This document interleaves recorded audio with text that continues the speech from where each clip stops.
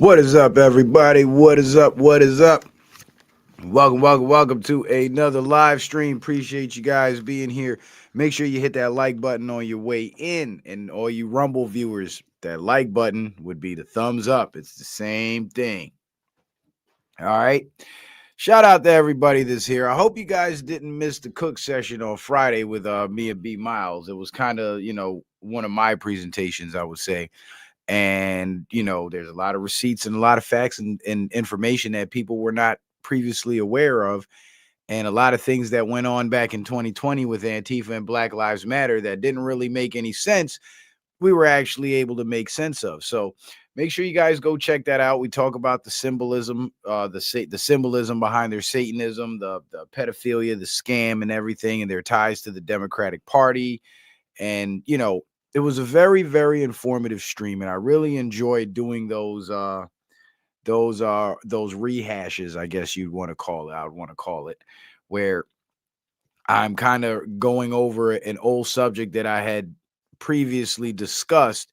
But it's always good to do those repeats, because whenever there's new viewers coming in, that will be their first experience of actually being able to see that presentation and witness that presentation. So if you've been following me for a while and it seems repetitive, just understand that, well, if it's not really your speed, or you're already familiar with the information, it's for those who might be new to this information and may not be aware. Because remember, if our job is to wake people up, then me preaching to the already awakened is preaching to the choir. We want to reach the sinners in the streets. We want this message to reach the people who aren't aware. We want this information to reach the people who don't have it, who are living in ignorance and being manipulated due to their ignorance. We're trying to break them out of that ignorance. So we have to speak to the ignorant at some point. You know what I mean? Otherwise, we just be spinning our wheels in our own little echo chamber and we'll get nothing done. And our small little group of, awakened individuals will always be that small little exclusive group. But that's not what we want. We want the awakening to be the norm. We want the people who think like us to be the average person on the street. We want a nation of people who are actually going to dig deeper than what they're just what they're being told by the establishment. But that first starts with making people aware that, one, the establishment is not your friend. So everything they say they're doing in your favor, 99.9% of it is not in your favor. And when I say the establishment, I'm talking about the entire political machine, except for Trump and his people, because you've seen how the political machine has been turned against them. And then when you look at the policies that they're implementing, actual public policies, not chatter on some mainstream media network, actual public policies, there's more benefit there for the people than we've seen from past administrations. The tax cuts, the mass deportations, the the lowering of energy costs, the tariffs, which is going to lead to more tax cuts, the attempts to uphold the Second Amendment and the First Amendment. And this is why the establishment hates them so much, because that's not what they want. They want to keep extracting wealth from the people so they can keep us bogged down in poverty and in survival mode. So criminals like this judge and these child traffickers could have carte blanche to do whatever they want to do whatever they want to any of us, because we don't have the money or the intelligence or the knowledge to fight back. We're helpless victims at that point. And that's what they want. They want a nation of helpless victims to feed off of. So anybody that's bringing the truth and bringing the awakening and teaching the people about their actual power, we're a threat to the establishment. That's why they call this information that we're sharing dangerous misinformation or harmful misinformation. And they portray it as if it's dangerous to the public or it's harmful to the public, but really it's only a threat and harmful and a danger to their agenda. So every time they call the truth harmful misinformation or dangerous misinformation, What they're actually doing is they're admitting their agenda without admitting their agenda. They're admitting that everything that they're trying to do is antithetical to what this truth is telling us that we should do. And that's dangerous to them because they need us to follow their orders, follow their agenda.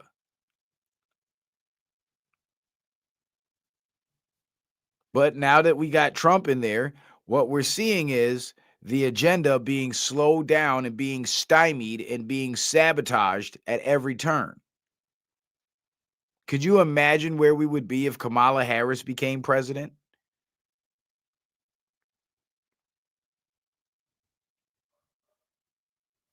Just think about that for a second. Where would we be if Kamala Harris had become president?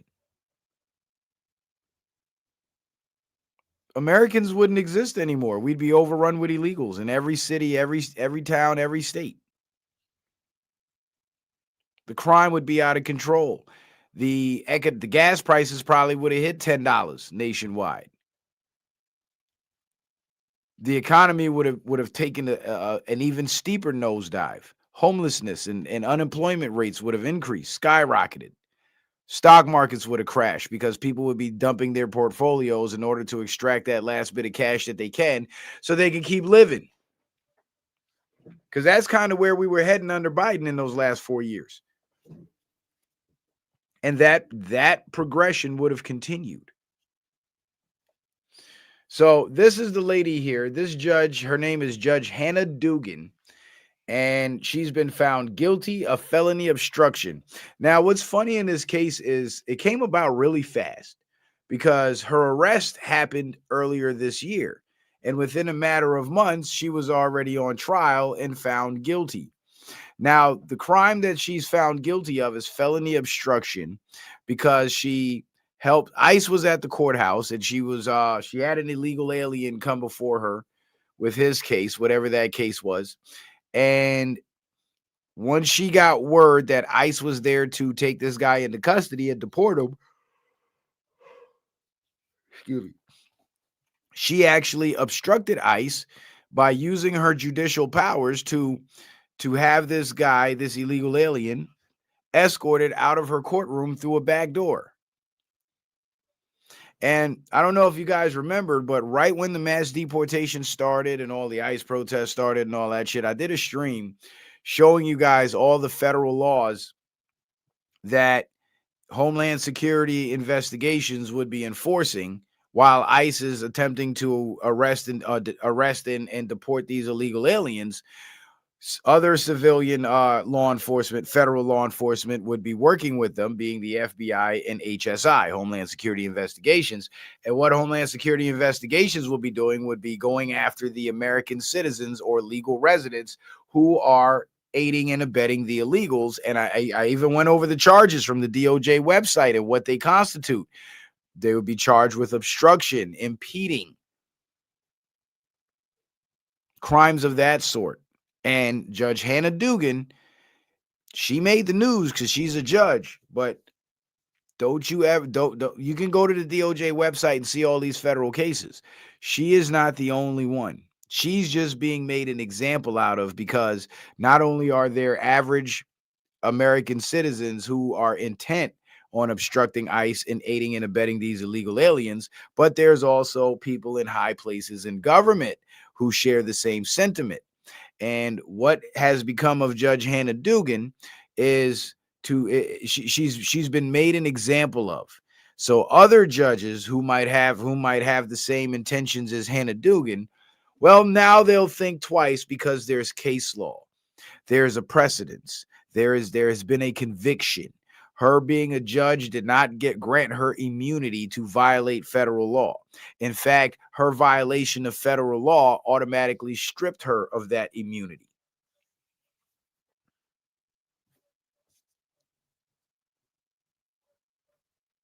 So I got a whole article about this that actually goes into the details of everything. So I figured I'd keep that on hand to share that with you guys. And the next article is Care 11 investigates.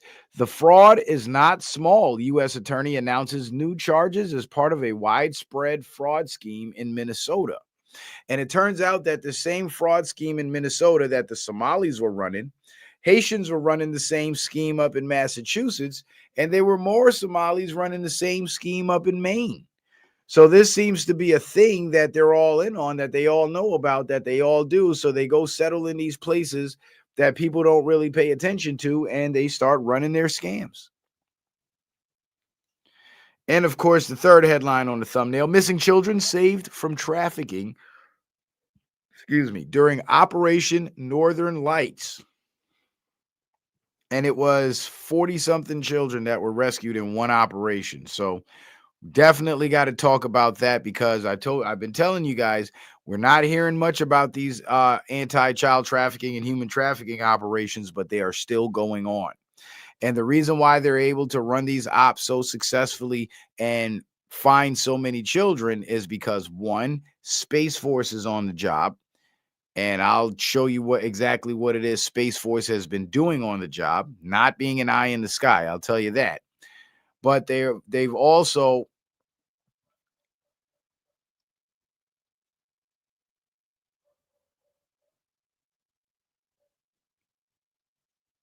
damn it, I'm losing my train of thought. Hold on. I'm trying to remember what I was going to say. Yeah, Space Force is helping them with the intel, and they're also working in conjunction with military special forces. So the intel gathering on these missing children, it's not being run like a local police department would run it, where they would drag their feet and take their time and whatnot. These cases are being handled with the utmost urgency, and the intel gathering methods that are being used are military tactics. They're military style. So they're following military law when they conduct these operations, not civilian law, which means the perpetrators that are being taken into custody have a lot less rights and a lot less bargaining chips, because they're now viewed as enemy combatants.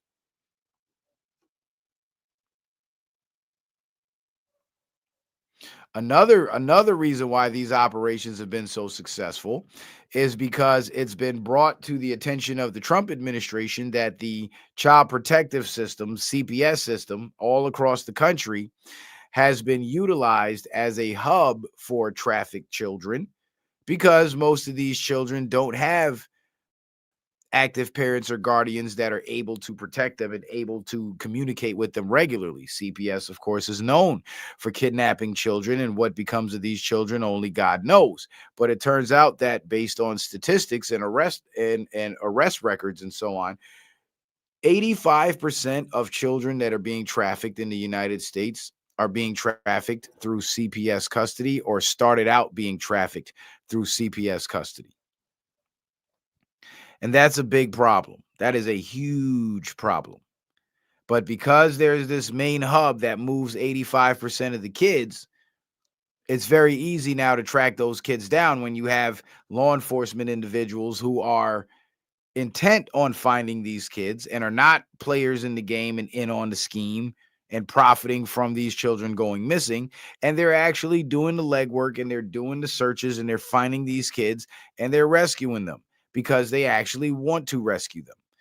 Past administrations, these same problems were taking place, but nothing was done about it. In fact, the administrations pretended as if this wasn't even a thing.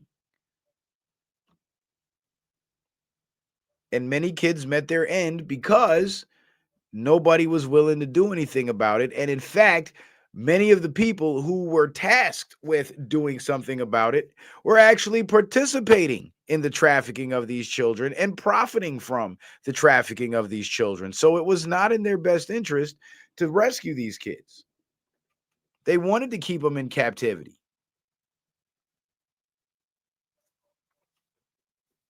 And the sad thing about it is, these same trafficked individuals, these mainly women and children, some men get caught up in it too, but it's mainly women and children who are the most vulnerable victims. And what happens is, these traffickers would basically sex traffic them, but pimp them out until they can't really, and they would keep them drugged up and all that, give them all types of drugs and alcohol to keep them sedated so they can't run away or fight back. And When the child or the victim is what they call used up and no longer able to perform sexually because of, untreated injuries, excessive drugging or whatnot, or shit like that. What happens then is the traffickers would then detox them. They would cut off the drug supply, let them get back to being sober, but they would keep them confined under tighter security so they can't fight back or escape, literally imprison them. But they would starve them of the drugs and the alcohol in order to detox them. And the detoxing process is done in order to clean the organs so they can then delete them and harvest and sell the organs.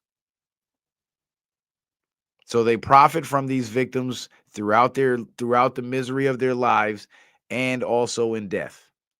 It's some sick stuff that's going on, and a lot of people don't want to face it, and you don't hear much about it in the news because a lot of these people that run these networks are also involved in that shit.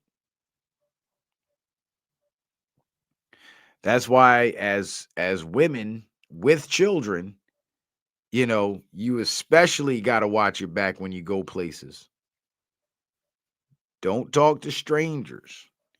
Keep pepper spray or keep a gun on you if you can. Keep your phone charged. Whenever you go to the grocery store and you got to put your baby in the car seat and you got to open up the trunk, you put your baby in the car seat, you lock the doors, but you leave the trunk open. So nobody could slide in the door, snatch your baby out while you're loading the groceries, not knowing what's going on. And load your groceries with your side to the trunk rather than facing it directly so you can have a clear view of what's going on. Understand your surroundings. Look for people that you see more than once, because the chances are you might be getting followed. Because if you're in a public place, like let's say you're at a big grocery store like a Costco or something, there's hundreds of people coming in and out of there all the time. You might run into the same person more than once in the store, but once you leave that store, the chances of you seeing the same people you were in the store with should be slim to none. So you look for little things like that, especially if it's a single male or a male and a female or two males and a female. You got to profile people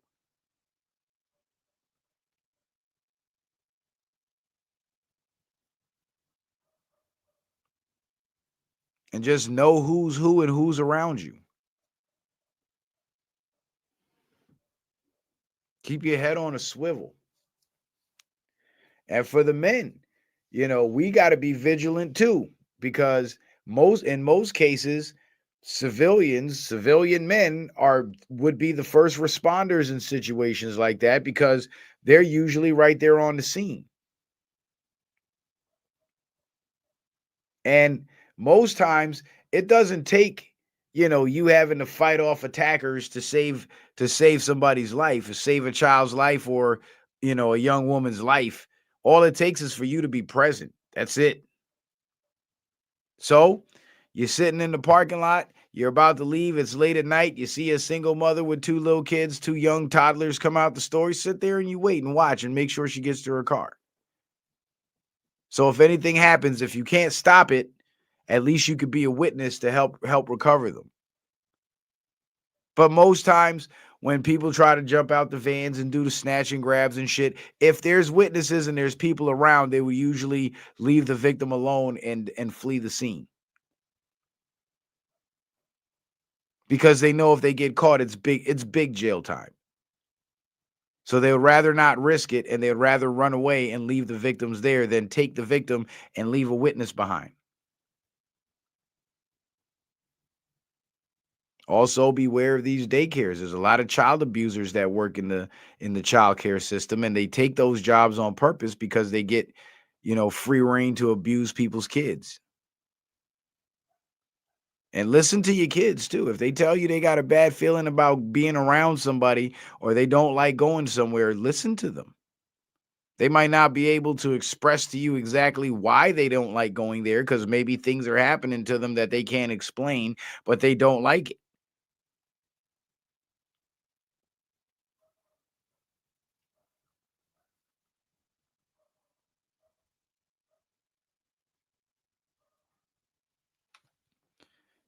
And teach them young. Teach them the body parts young, the good touch, bad touch business. Teach them all that shit. Make them prepared. Teach them the hand signal for if you're kidnapped, the hand signal you send to let people know you're a kidnapping victim. Because yeah, we could call 911 all we want, but 911 is going to be there in minutes, but your life can be lost or you could be lost in seconds. So you got to be ready and prepared to defend yourself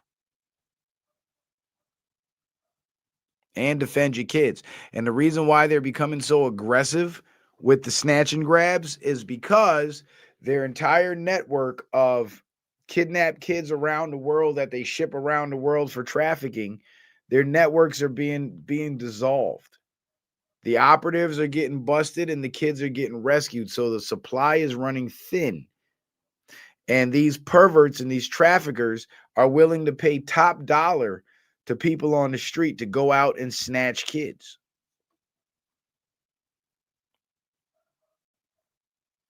So there's people out there that are paying their rent off of kidnapping your kids.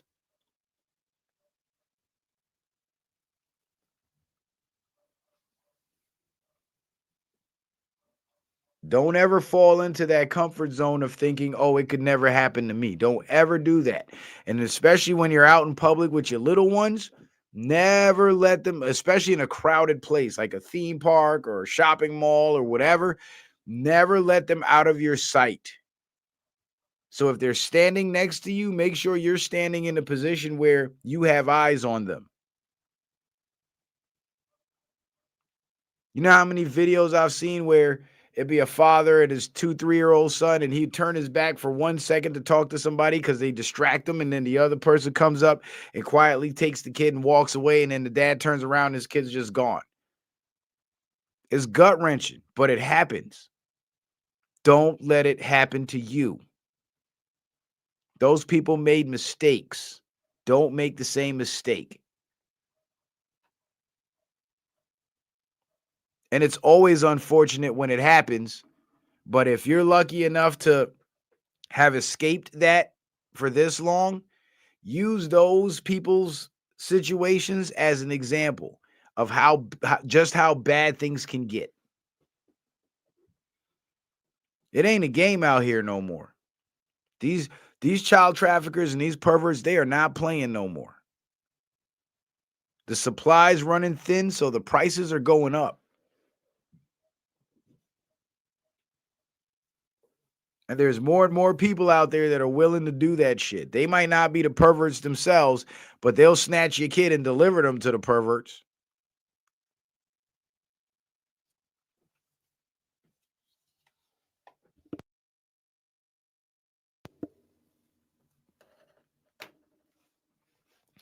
So protect your neck.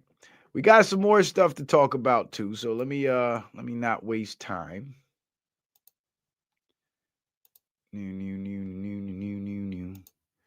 Let me not waste any time. Let's go ahead and get this thing going.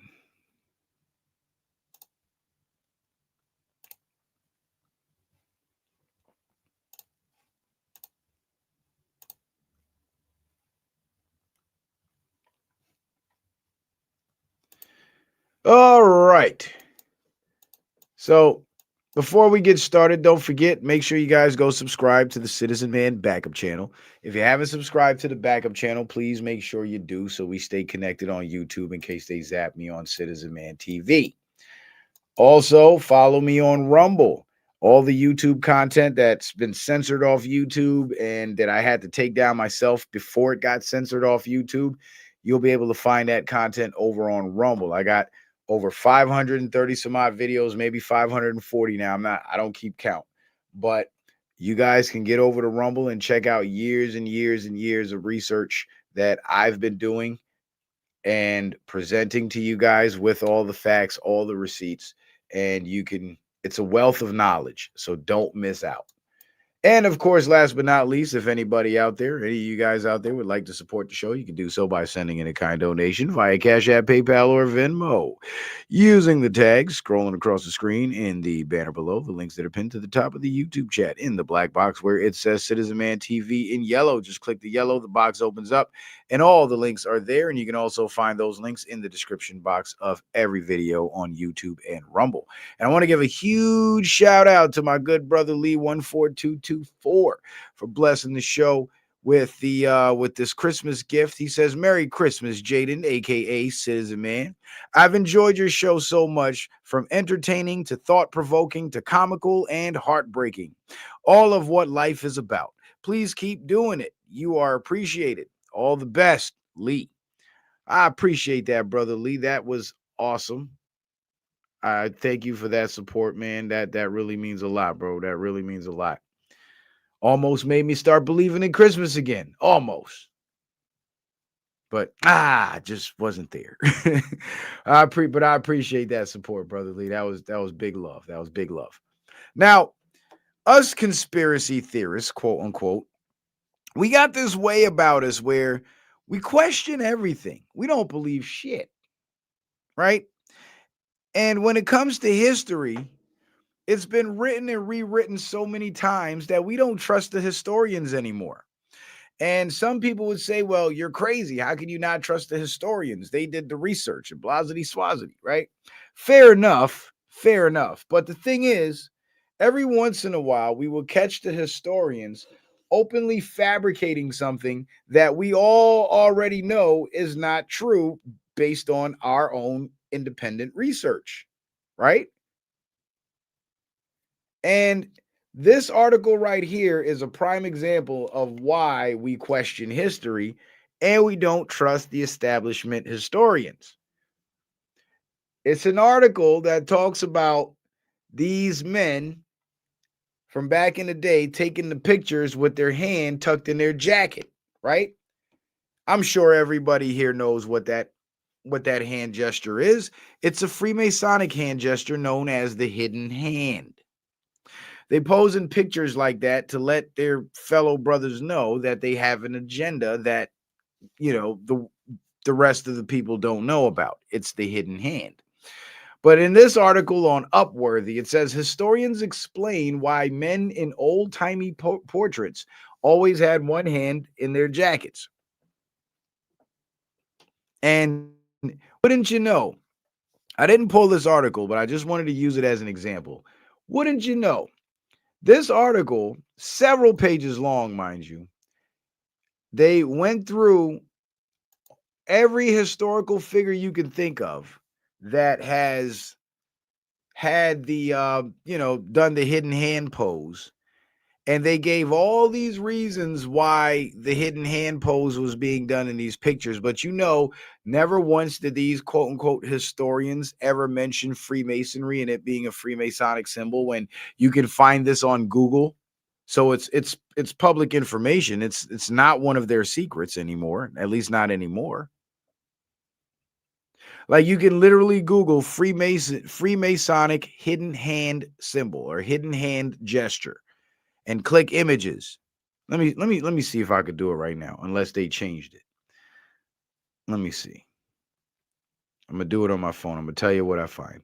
Freemason hidden hand. Yeah, literally, you type in Freemasonry hidden hand on Google, click images, and what you'll find is a bunch of images of all these Freemasons with their hand tucked in their jacket. Even some literally with their Masonic garb on. So, for these historians and Upworthy to write such a cockamamie article with such nonsense in it, at this point, we have to question their credibility if they demonstrate such a blatant and open willingness to lie. And they might not be lying, by telling you fibs, but they're definitely lying by omission because that hand gesture is exclusively a Freemasonic hand gesture. And the article literally never once mentioned Freemasonry. Just named a bunch of Masons that did the same hand gesture, which is crazy. But this is why we have to question history. This is why we have to question mainstream science. This is why we have to question the political propaganda. This is why. Because they will openly lie to us, because they are well aware that many of us, most of us, don't know any better. Now, this slide pertains to the mass shooting that happened in Australia at Bondi Beach was the name of the beach where all the small hats got shot up by the Muslims or whatever, right? And it says breaking: Israel finally takes Australia's freedom. Australia will now implement hate speech laws following the Bondi false flag. And it was a false flag. That mass shooting was absolutely fake. There's pictures of crisis actors getting staged. There's pictures of them in the scenes during the shooting, making it look real. And then there's other pictures of them at the makeup counter getting their faces painted with the stage blood. There is also a video where there's a man that allegedly tackles one of the shooters and knocks the rifle out of his hand. And then the shooter retreats back to the bridge where his partner was at shooting, but he didn't have his rifle anymore.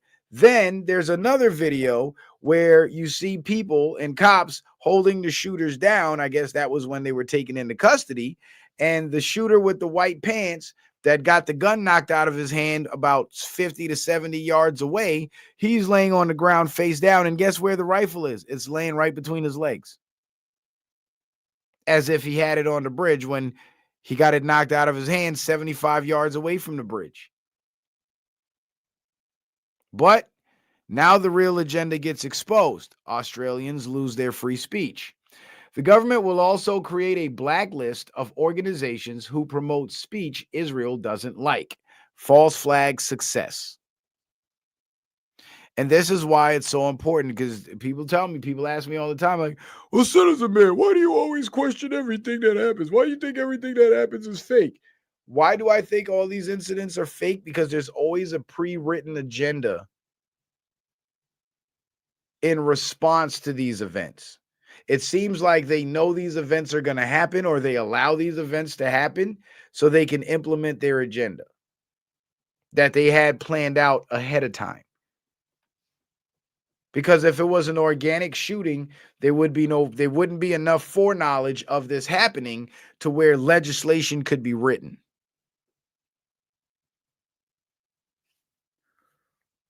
So they faked the mass shooting at Bondi Beach. They fooled the world and tricked the world into believing it was real. And then they took Australia's free speech away. And this is what happens when you let the wrong people get power in your country. This is what your country turns into. And this is what the Democrats have been trying to turn America into. Now, the CDC changes website language, suggesting vaccines may not be proven safe from autism risk. And how many of you guys remember the vaccine debate that has raged for decades, where parents of damaged children, independent researchers, other doctors, and medical professionals all were saying the same thing? The vaccine schedule is bad for the kids, and the vaccines are causing autism. As the vaccination rates increase and the number of vaccines increase, the autism rate increased right along with it. And there was all this pushback from big pharma and the medical establishment saying, oh, vaccines are safe and effective. You're tinfoil hat if you believe they cause autism. Correlation does not equal causation. Yeah, well, in this case, it does. There was all this pushback. They're conspiracy theorists, and you're not a doctor. What do you know? And it was this big bullshit campaign. Now, finally, under Trump's administration with RFK Jr. running Human Health Services, finally, we get an admission that these vaccines are not safe and effective. Autism and vaccines. Key points. The claim vaccines do not cause autism is not an evidence-based claim because studies have not ruled out the possibility that infant vaccines cause autism. And they also haven't ruled out the possibility that infant vaccines causes SIDS, sudden infant death syndrome. And how diabolical and sinister is this? For years and years and years, babies were dropping dead, just randomly dying in their sleep. And these same doctors that were shooting these babies up with all that aluminum and mercury, poisoning them to death, were then pretending as if it was some mystery why these babies were losing their lives, when they knew the whole time full well that it's these toxic ass vaccines that they're shooting these kids up with that's killing them. And they kept on doing it.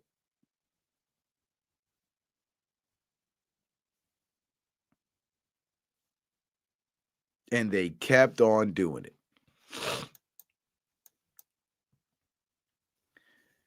Now, this slide here is very interesting, and maybe perhaps you guys might want to take a screenshot of this and keep this for your personal notes.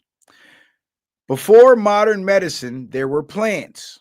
And what changed? What got us away from plants to modern medicine? In the early 20th century, the Rockefellers took over the medical system, bought off the medical schools. And because they were the oil tycoons, they started manufacturing petroleum-based medications, which is what they still force on us through Big Pharma today, and started demonizing natural and herbal health. They started calling it quackery, while they were selling the real quackery. So real healing, they called quackery, brought in their quackery, and called it healthcare. Before aspirin, there was willow bark. Before cough syrup, there was elderberry. Before iron pills, there was nettle leaf. Before vapor rub, there was eucalyptus. Before sleep aids, there was lavender. Before band-aids, there was plantain leaf. Before cold medicine, there was wild cherry bark. Before eczema cream, there was calendula. Before disinfectants, there was thyme. Before antibiotics, there was garlic. Before pain bombs, there was amica. Before probiotics, there was sauerkraut. Before toothache gel, there was clove. Before scar creams, there was rosehip oil. Before anxiety pills, there was chamomile. Before migraine tablets, there was feverfew. Before muscle relaxants, there was valerian root. Before energy drinks, there was ginseng. Before everything came from a lab, it came from the earth. And what's funny is this lab-made synthetic crap that they sell us, a lot of it, the active ingredients come from the plants. So they take the natural remedy, the plant, they synthesize it, make it part of an artificial mixture, and then they call that the medicine. All in the name of being able to patent it, claim ownership of it, and sell it to you at an inflated cost.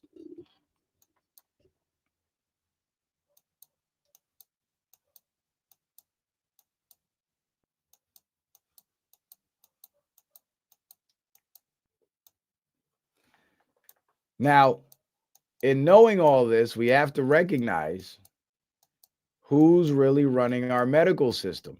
And it's the same people. It's the same people that are running everything else. Shit. I did not want to go there. And these same people, because they want to feed you poison and kill you, they can't have you doing your own research and learning about their agenda. This is a real article from Forbes, and I actually covered this on a Rumble stream. It wasn't 4 months ago. It might have been 2 years ago. You guys can go check that out. It says Forbes encourages willful ignorance. SCOTUS shadow docket. That's the Supreme Court shadow docket, where Supreme Court cases are not revealed to the public actually get litigated. And And I was saying that a lot of these cases where these individuals who are being rounded up for human trafficking, a lot of their cases are going on the shadow docket. That's why we're not hearing about it, because these people are connected to larger networks that are also under investigation. So, for security reasons, the facts around their cases have to remain sealed. Thus, they go on the shadow docket. You must not do your own research when it comes to science. In other words, you must believe the experts and you must believe the scientists. And they try to sell us the same idea when it comes to history too. You must not question history. But why won't they encourage us to do our own research? Because if what they were telling us and what they were giving us was the truth, they would want us to do our own research so we could verify these profound truths that they've given us, right? So why would they discourage us from doing our own research? Could it be because what we will find in our research would contradict the lies they've told us? I mean, that's the only logical answer I can think of. I don't know if you guys could come up with anything. Now, if you guys did see the stream that I did Friday with B Miles, I talked about the three stripes in reference to the three stripes in the Black Lives Matter logo on Patrice Cullors' shirt, right? And I explained to you guys that the three stripe symbolism is satanic symbolism that represents the devil's trident, or these individuals that bear this symbol announcing themselves as tools of Satan. Now, imagine the future. FEA, this is the Florida Education Association. And if you know anything about the public education system, you know they are satanic and extremely pedophilic, and they're hardcore leftists that hate America and hate Trump. And wouldn't you know, the Florida Education Association, I believe that's a Florida teachers union, they have the three stripe symbolism.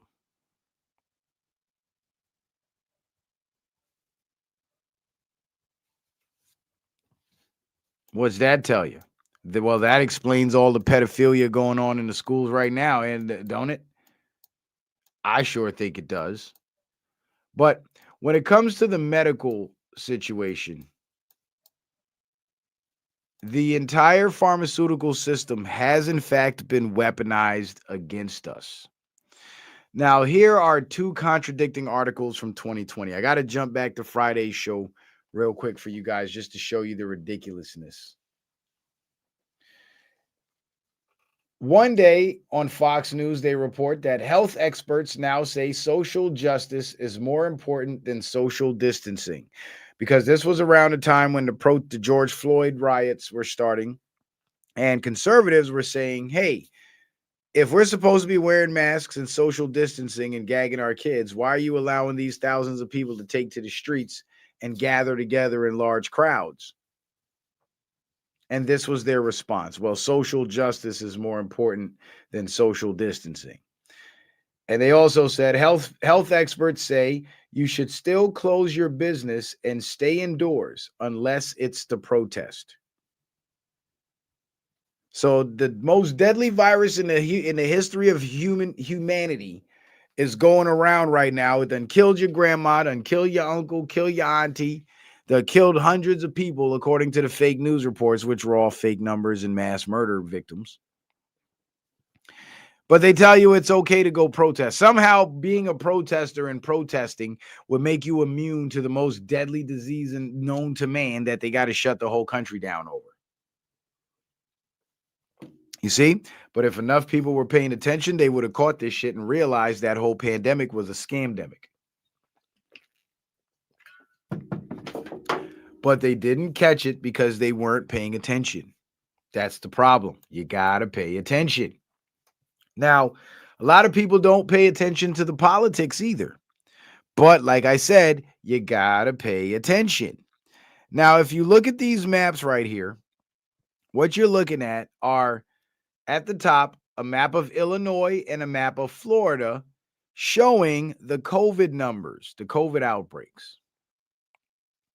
And the darker red areas have the highest numbers of COVID victims. I think it's people that tested positive for the pandemic, for the COVID, right? And if you look at the maps at the bottom, it's Illinois and Florida again, but these are the political maps that show you every county in the state that's Democrat and Republican. And the reason why I put these two collages, or I put this collage together, is to show you something very important for those of you that are intent on ignoring the politics. This is why the politics matters. Let me I got to pull this up in the big gallery for you guys, because I really, this is why the politics matters. I'm gonna show you right now. So we all know the pandemic was a hoax. We all know the death numbers weren't real. We all know that people weren't really dying from this disease, but they were being mass murdered in the hospitals.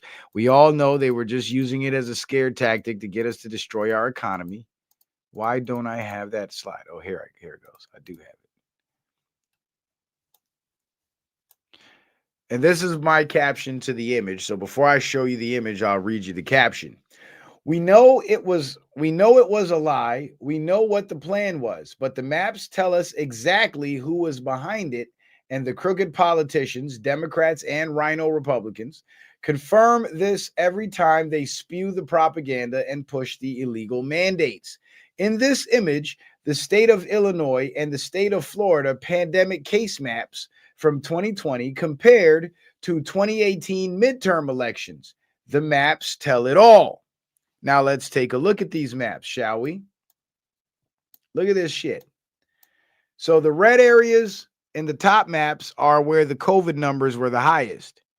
On the political maps, the blue areas are where Democrats had full control of the counties. They ran the county board of supervisors there. Right? The county commissioner was a Democrat, city mayor, Democrat, whatever.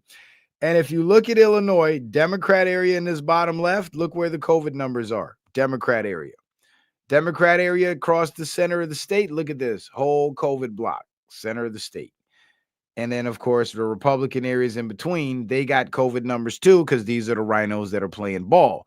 But the vast majority, the largest clusters of these COVID numbers are exclusively in Democratic areas when compared to the political maps. See, if you don't pay attention to the politics, you'll look at these maps, but the only maps you'll see are these. But you won't understand who's behind it unless you look at these.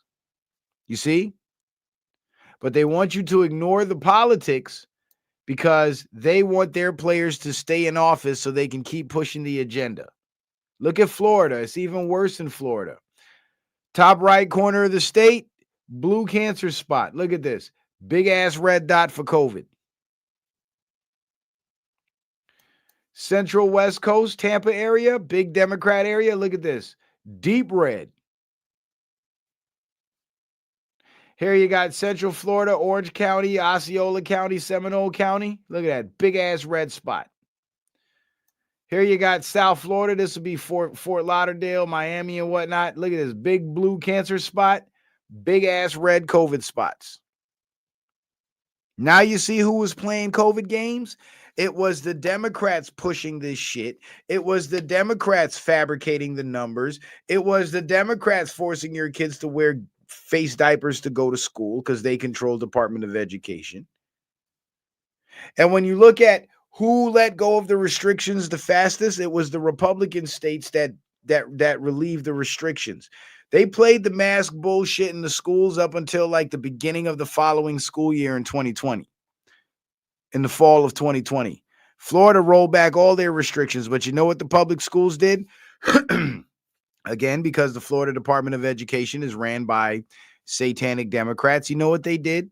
They said, fuck you, governor. We're not going to follow your executive order. And they continued with the mask bullshit and forced the governor's administration to file suit against them in order to force them by law, by judge's decree, to stop forcing the children to gag themselves. That's how intent they were on gagging your damn kids. It's no coincidence that these people are a bunch of pedophilic, satanic perverts. They were getting off on gagging the kids.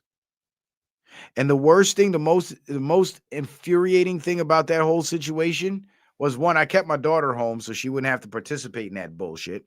But when I did have to go to the school to pick up her paperwork or shit like that, I would notice all the kids are gagged, eyes bloodshot red, gasping for fresh air while rebreathing their same exhalation, which is medically considered excrement, by the way. And all the staff, the adults, they had their masks down on their chins.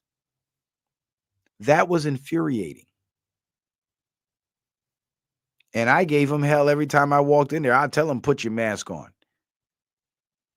You take that nasty, filthy, hot, moist, damp piece of cloth that you got around your beard, lady, and put that shit back over your face when you talk to me.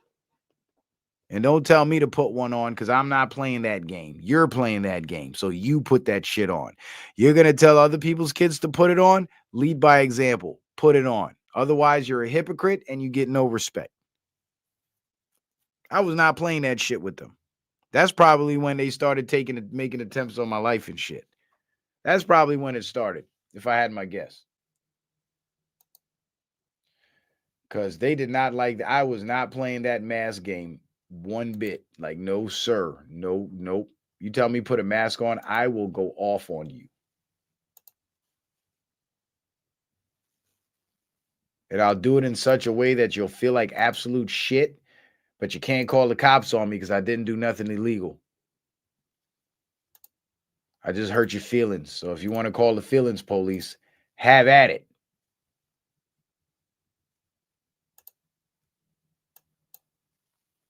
But this is who they worship, and this is what we're dealing with. And when it comes to Freemasonry, I did a whole stream on that. There's two groups of Freemasons at war. So don't get confused when you see George Washington doing the Freemasonic symbol and King George doing the Freemasonic symbol, thinking they're on the same team. No. No, no, no, no, no. They are part of the same brotherhood, but they're different factions of the same brotherhood. The American Masons fought for independence, and the war started in 1776. Over in Germany and Bavaria, that's when they started. Adam Weishaupt started the Illuminati in 1776.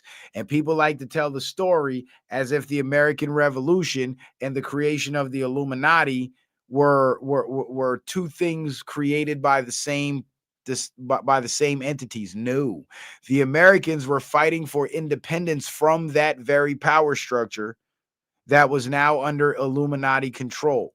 And if you know your history, you would know, well, wait a minute, Bavaria is in Germany. And the Americans who formed the American Masonic lodges, they were in the United States fighting against the King of England to be free of the king. The king was I guess he was the Grand Master or the Worshipful Master, or whatever they call him, the guy that gives the orders. And the Americans did not want to follow his order, and they resisted him and went to war with his soldiers because they weren't going to turn themselves in to be put on a mock trial to be hung. And wouldn't you know, that very same king that these Americans went to war with in 1776 hired mercenaries called the Hessians. And guess what country the Hessians came from that fought on behalf of the King of England against the Americans? Germany. That's right. The Germans were working with the British monarchy to try to subdue the Americans, and the Americans resisted through open armed combat. And the Masonic factions were divided.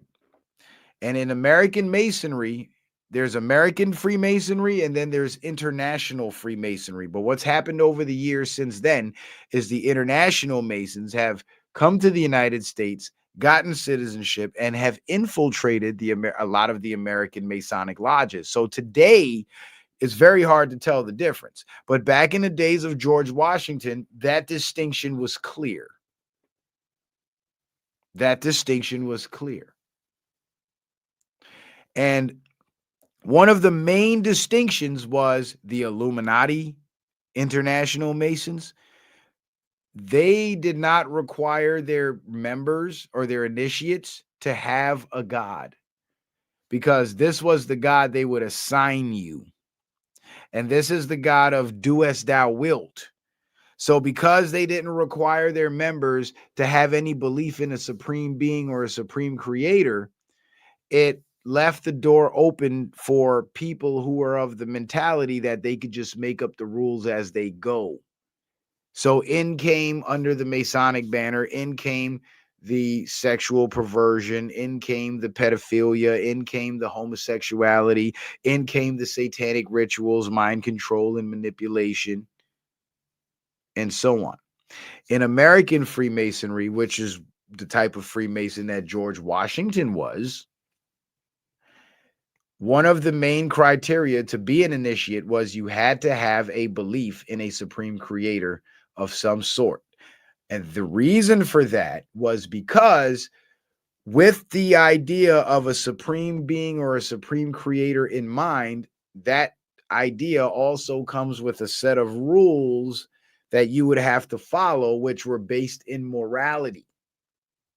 So in the international Masonic groups, they accepted immorality because they had no boundaries against immorality. Do as thou wilt means whatever you think is moral, have at it. If you think raping kids is moral, you can do that.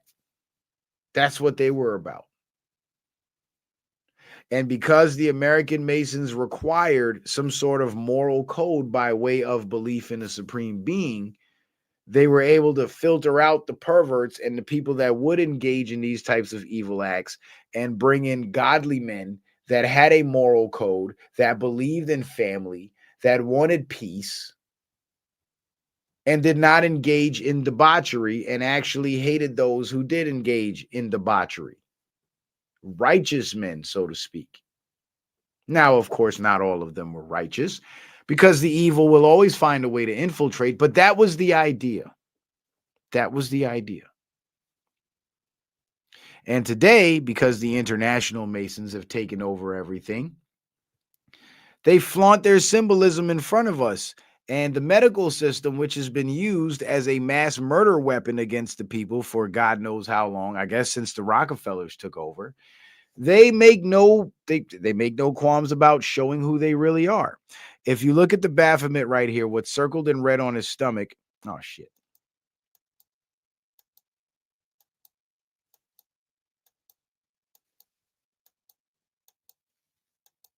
Come on. Gotta go all the way back. All because I clicked the scroll roller on my damn mouse. Now I gotta go all the way back through all this shit. Just bear with me, folks. We're almost there. Yeah. So if you look at his stomach here, what's circled in red is the staff with the serpents wrapped around it. Look at the medical symbol. Staff with the serpents wrapped around it. And this one, this red one here, has got the Baphomet wings. That's what that little triangle is right there. Those are the Baphomet wings. So it's the staff, the two serpents, and the wings. The original medical symbol was actually a staff with one serpent. But after the Satanists took over and weaponized it and turned it into a mass murder machine, they adopted the wings from the Baphomet and the two serpents from the Baphomet stomach emblem. So now we know what we're dealing with. And what we're dealing with is something wicked that millions of people have been manipulated into buying into and serving. Now, I talked about flat earth a lot, and I've done a lot of streams on flat earth, and I talked about how there's a lot of Satanism involved in the globe, right? And Satanists created the idea of the globe. So anybody that, prays to God and worships the creator while thinking they live on a globe, they're actually worshiping Satan's creation, which means they're worshiping Satan. Because if you're paying homage to the quote unquote creator, but the creation that you're envisioning, that you're paying homage for, is created by Satan, then guess what? You're praying to Satan. You're paying homage to Satan. And every time you say God or Lord, those terms now address Satan. And rumor has it, if you call Satan enough times, he will answer. And here's an example of the globe Earth sun relationship, right? That they teach us in school. And these lines represent the angles of light coming from the sun. And if you look at the angles, it closely represents the sigil of Lucifer.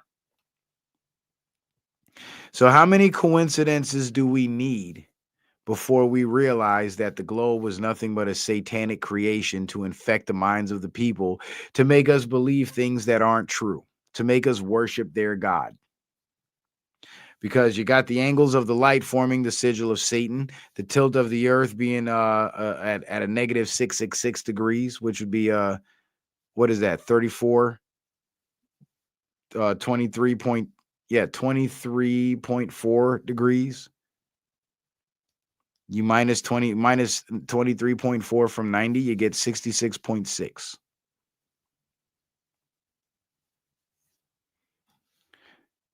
And again, this is coming from the science establishment. So, and even in the mainstream science establishment, you see the Luciferian symbolism, just like in the medical establishment, which is another offshoot of the scientific establishment, Luciferian symbolism.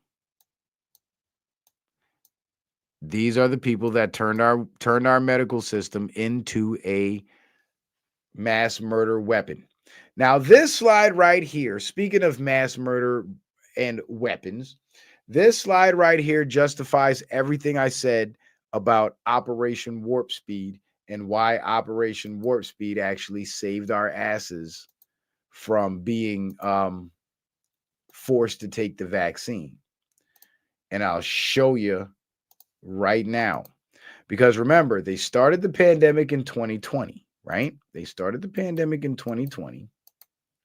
And they needed 3 to 10 years to claim that the vaccine was properly tested, which means if they started the pandemic in 2020, they would have needed to drag it out till 2023 and then bring the vaccine out publicly and say, hey, guys, we got this vaccine. It's been properly tested over the last 3 years. And boom, now we have a vaccine mandate because of the pandemic.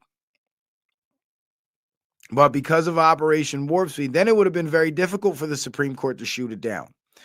But because of Operation Warp Speed, they had to force out the vaccine that same year, 2020. So they pushed it out in 12 months. So they could never claim that the vaccine was properly tested, and that made the pandemic only last a year. And thus, when they try to mandate it, the Supreme Court was able to shoot it down because you've only had it out. You only cooked this up in a year. So you can't say it was properly tested because by all measures, the proper test standards is a minimum of 3 years, maximum of 10 years. You've only had 1 year. So there's no way you can look me in my face and tell me this thing is properly tested and can be mandated. So Trump actually torpedoed their plan to create an enforceable vaccine mandate. And if you look here, remember the time frame, 3 years to 10 years, right? Pandemic started in 2020, ran into 2021.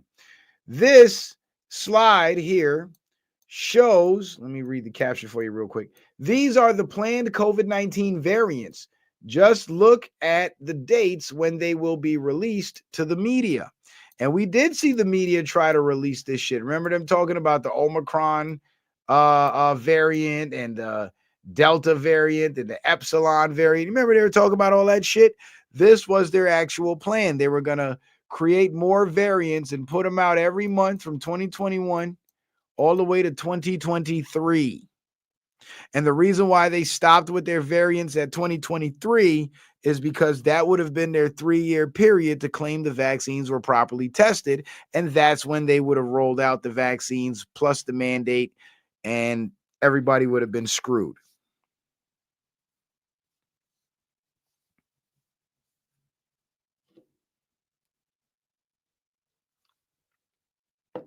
You see that? So when I did that stream, or when I mentioned on that stream about why Operation Warp Speed worked in our favor, this chart from the World Economic Forum actually proves it.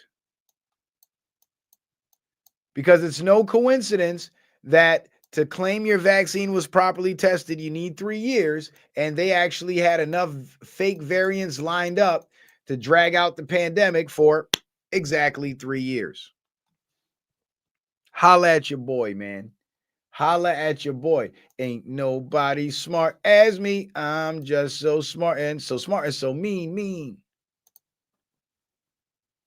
I love when you donate cheese. I'm just so smart and so mean. Now we are the coolest motherfuckers on the planet. Well, sky is falling. Ain't no need to panic. Woo, woo. You got your semi, brought my automatic. Compatible, creative in the attic. Yeah, man. So can't fuck with me, dog. I know too much. That's the problem. I know too much. And sometimes I hate it because I can't even enjoy entertainment no more. I can't watch a movie. I can't watch a TV show and just see it for what it is because I'm always seeing between the lines. It's like my mind is trained to do that.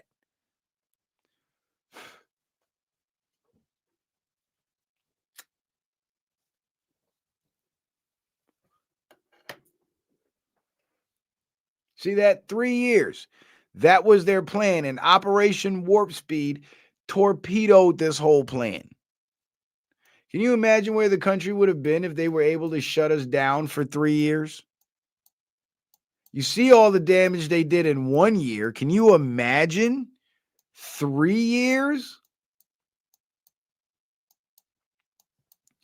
And what I was saying about politics, this is why the politics is so important. Because whoever you have in power will determine the direction of your literal life. Look at this from 2020. Biden won Georgia by 11,779 votes. Now, over 5 years later, they admit 315,000 votes in Georgia were actually counted illegally. Fulton County admits they violated the rules in 2020 when they certified 315,000 early votes that lacked poll workers' signatures. So they claim Biden won by 11,000 when in fact he should have lost by over 300,000. That's how bad they cheated. And people are going to start going to jail. We're going to start seeing more cases popping up, and I will be there front and center to report them. Like this case, for example, insane. Federal prosecutors charge Haitian migrants in Massachusetts in $7 million SNAP fraud scheme involving fake retail stores that pulled in up to $480,000 a month. So when you heard the news about Trump deporting the Haitians, this is probably why. Because the Haitians have caught on to the scheme that the Somalis were running. And they started running the same scheme. So, you know what? One bad apple spoils the whole bunch. Get them out of here. Get them all out of here. Get them all out of here. Now, speaking of this SNAP fraud, that brings me to this article that I want to share with you guys about the Somali fraud. Oh, it's horrendous. It is horrendous. And I believe Care 11 is a local news affiliate in a local NBC news affiliate taken. But let's check this article out. Care 11 investigates. The fraud is not small. U.S. attorney announces new charges as part of widespread fraud scheme in Minnesota. This is appalling. This is disgusting. Thompson said it was discovered that since 2018, Medicaid claims paid out $18 billion to 14 programs, and estimated more than half may be tied to fraud. So more than $9 billion fraud is what they're can actually see it. I don't know how well you can read it. It's not getting bigger. What's happening? There we go.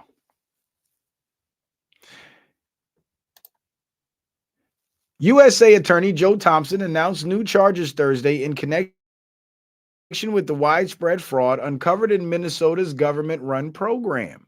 Thompson spoke from the U.S. Attorney's Office in Minneapolis, accusing 5 additional people of profiting millions from housing stabilization services paid out by Medicaid. According to Thompson, to date, 13 people have faced charges relating to HSS funding, and more charges are expected. Yeah, because they snitching. They not gangsters. They telling on each other because they're not gangsters. They're doing gangster shit, but now that the heat's coming down, they're going to snitch on everybody.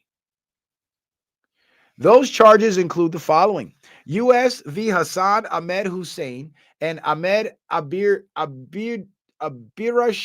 Mohammed, owners Pristine Health LLC. Fraud proceeds equal $750,000. Used proceeds to fund travel abroad to locations including London, Australia, Turkey, Dubai, and Saudi Arabia. Man, them boys was living it up.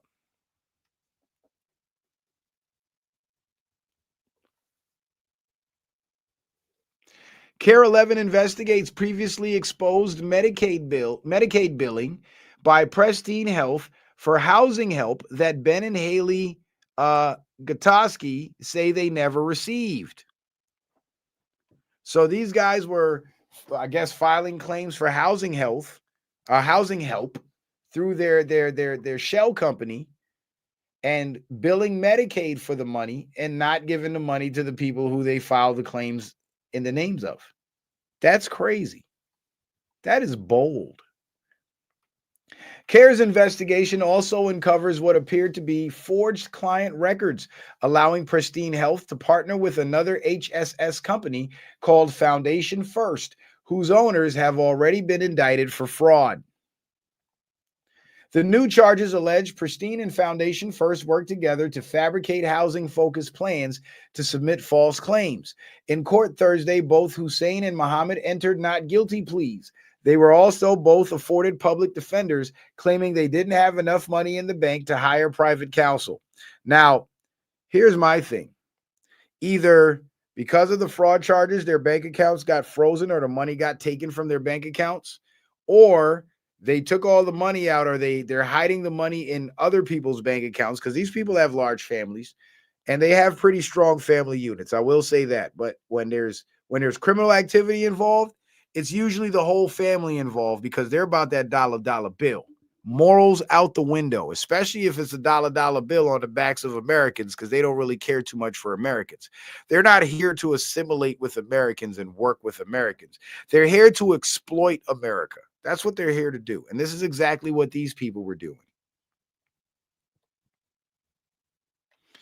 So I believe that they had that money, they got that money hidden somewhere, and they're doing the public defender thing because that's their way of protecting the money. Because if you've been charged with fraud, that means now every dollar you make, every dollar you own, every dollar you have is under scrutiny. So the more money that you spend is the more suspicious you look. So they got to play broke now.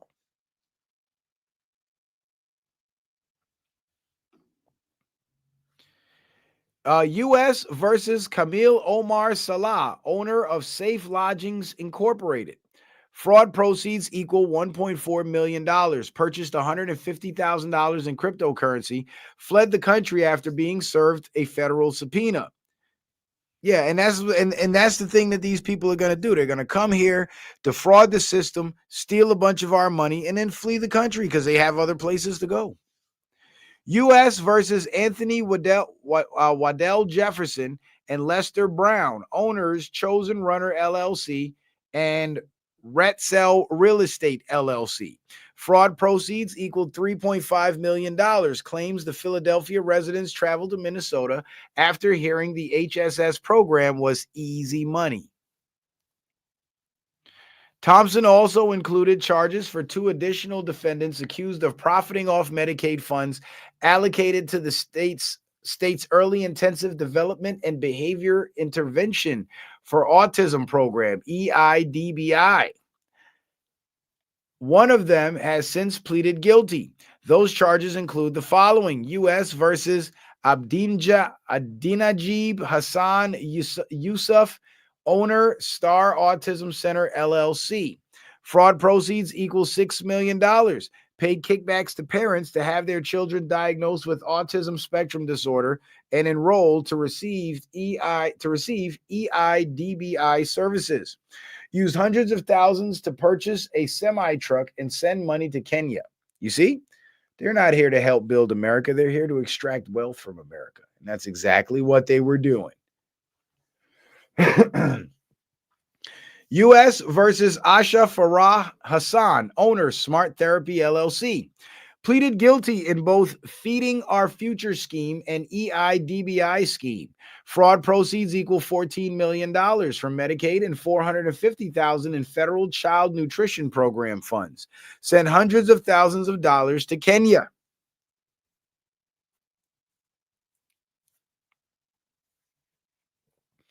Thursday morning, state and federal officials raided the business headquarters of Ultimate Home Health Services, UHHS, an integrated community supports ICS provider meant to help people with disabilities live more independently. The federal search warrant cites CARE 11's investigation. Last month, CARE exposed how a mentally ill man named Rick Clemmer died at a UHHS facility and wasn't found for an entire day. At the same time, the company was billing taxpayers hundreds of thousands of dollars, claiming they provided Rick 12 to 13 hours of direct service every day. Body cam of UHHS worker from the day Rick was found told a different story, admitting they only check on Rick once a day. And this is dangerous.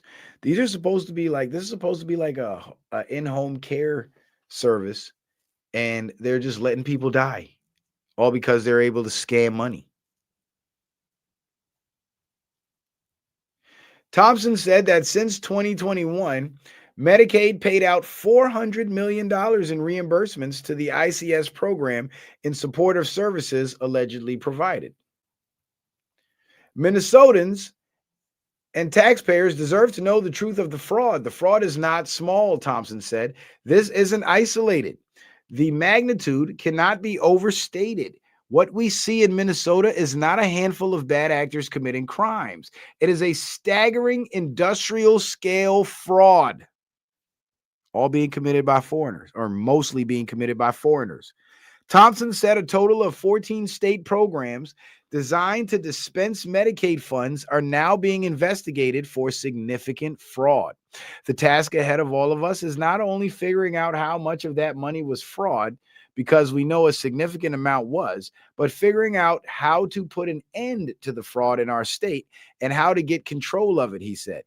Thompson said it was discovered that since 2018, Medicaid claims paid out $18 billion to the 14 programs, $3.5 billion in 2024 alone. An estimated more than half may be tied to fraud.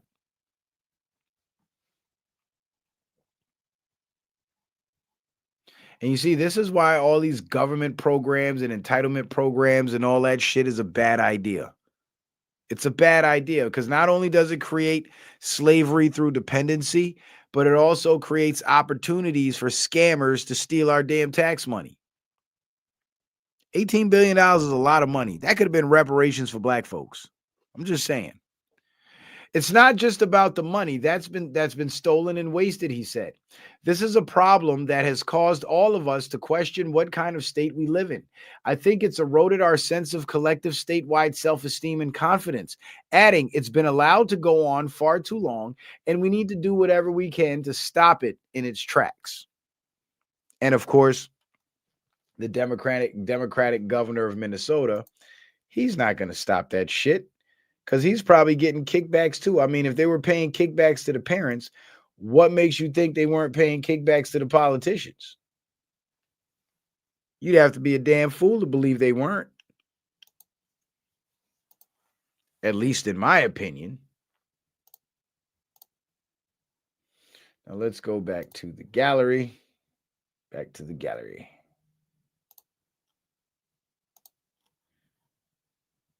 At least I'm able to make the transitions a little smoother.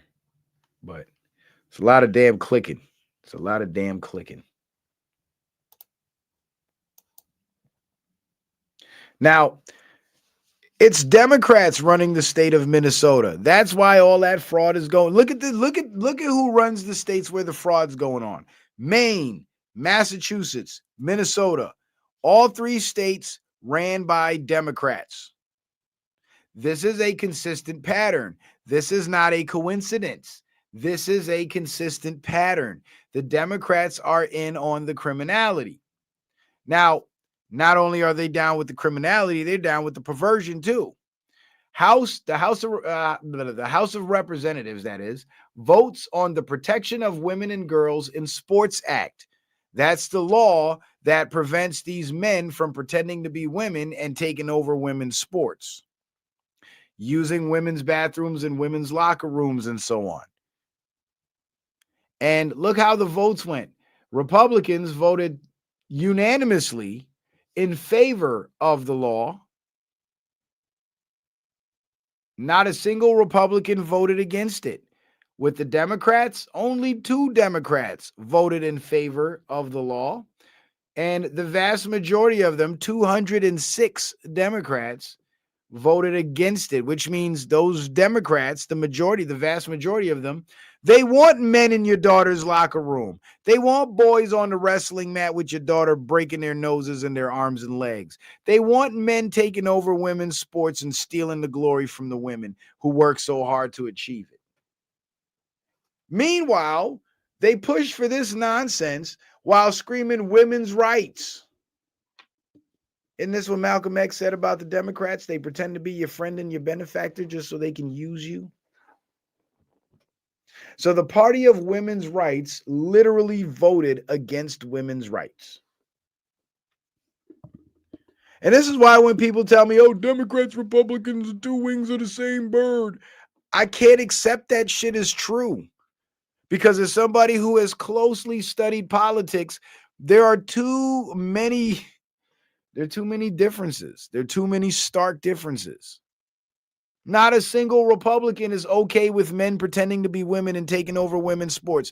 Damn near every Democrat is, though. There are issues where these 2 parties are completely divided. And one party, the Republican Party, tends to be on the side of what makes sense. And the Democrat Party is always on the side of perversion because they're the party of perverts.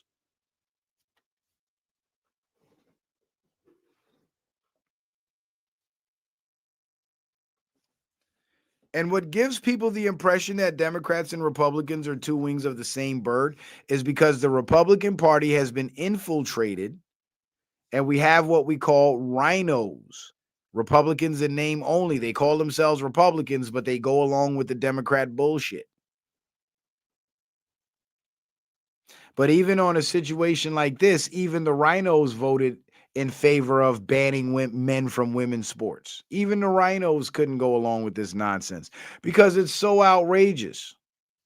It's so over the top and antithetical to reality.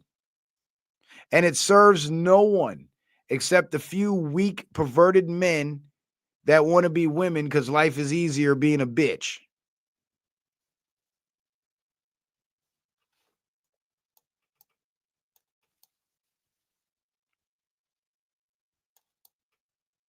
The numbers speak for themselves. The numbers speak for themselves. Breaking. Trump illegally adds his name to Kennedy Center building. Now, this is very significant. This is very significant. And the fact that you see the Democrats making a big stink about it should tell you just how significant it is. So significant, in fact, that I have to go to my big gallery. So, pardon as I do that, because I got to zoom in on that shit so you guys could actually see it for yourself. So let's get to that. So this is the John F. Kennedy Center, Memorial Center for the Performing Arts in D.C. And Donald Trump added his name to it, and it now says the Donald Trump and John F. Kennedy Memorial Center for the Performing Arts. Now, why is Trump adding his name to the Kennedy Center? Well, he's actually making a statement, and this statement is along the lines of what Q has been telling us.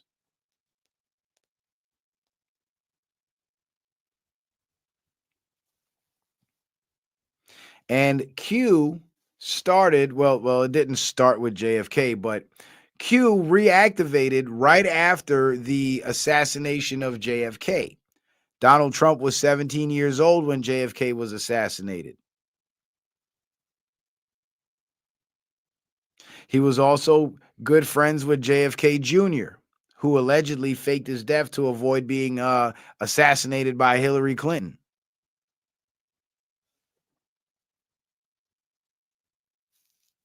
Yeah, the Donald Trump and John F. Kennedy and the John F. Kennedy Memorial Center for the Performing Arts. But Trump linked his name with Kennedy because Trump's agenda is what Kennedy was trying to do. But Kennedy went about it and made some serious errors in the beginning that cost him his life. And the first error that he made was publicly announcing his intention, because he didn't know how deeply entrenched the enemy was in our government. So he thought the guys surrounding him, the Secret Service and everybody else, were his friends. He thought these guys would be on his side. He thought he had their support. He did not realize that he was surrounded by enemies, because he didn't know how deeply entrenched the enemy was. And it ended up costing him his life. But Donald Trump is carrying out JFK's agenda, and it's the Q agenda, which is what I'm going to give you guys a little glimpse of tonight. Now, first things first, this was posted by Q on February 10th, 2018, and it's a tribute to none other than JFK. And it says, "Rest in peace, Mr. President JFK. Through your wisdom and strength, since your tragic death, patriots have planned, installed, and by the grace of God, activated the beam of light. We will forever remember your sacrifice.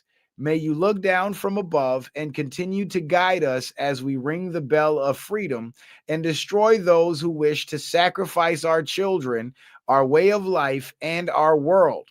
We the people," prayers said every single day in the Oval Office. JFK, secret societies. Where we go one, we go all. Q. You know why it says secret societies? Because they're referring to the American Masons versus the international Masons. The secret societies. It ain't just one society. They're two separate factions. And you see here how it says, since your tragic death, patriots have planned, installed, and by the grace of God, activated the beam of light. The beam of light was Trump, because Trump had the money and the know-how and the connections to carry out Kennedy's agenda without flaw. And it was the military generals that selected Trump, the generals that were young men in West Point at the time of JFK's assassination, whose fathers were generals in the military and officers in the military and loyal to America, watching the small hats kill their commander in chief. So they quickly realized how deeply entrenched the enemy was, and they started planning to undermine that enemy and re-infiltrate their own government and take it over. But they needed a commander in chief to give the order. But once they killed Kennedy, every commander in chief was on the side of the people who killed Kennedy. So instead of getting the order to take the country back, they started getting the orders to go destabilize other countries around the world.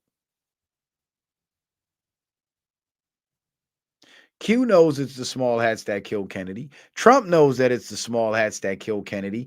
And Trump's relationship with Israel is for the sake of the American people not being bombed to smithereens, because Israel has those capabilities. Remember, they did 9/11. And they killed the president. Lest we not forget. Now, if you don't believe that JFK was Q-centric, look at this. And the generals behind him were Q-centric, because Q was like a code from back in the revolutionary times. This is Arlington Cemetery. This is JFK's gravesite at Arlington Cemetery.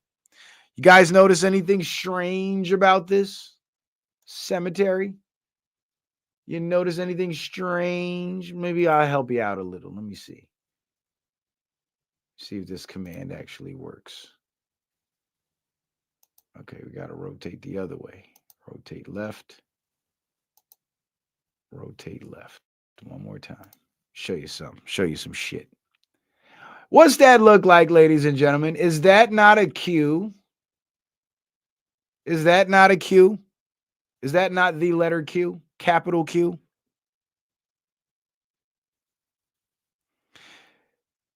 The military built this gravesite for JFK, and they built it in the shape of a Q because they were sending a signal that the Q plan was JFK's plan, and that's why Trump is executing the Q plan, which is JFK's plan. Remember, JFK didn't take a presidential salary either, neither is Trump.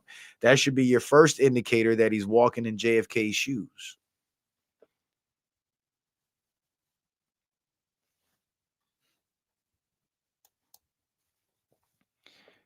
And this gets even weirder.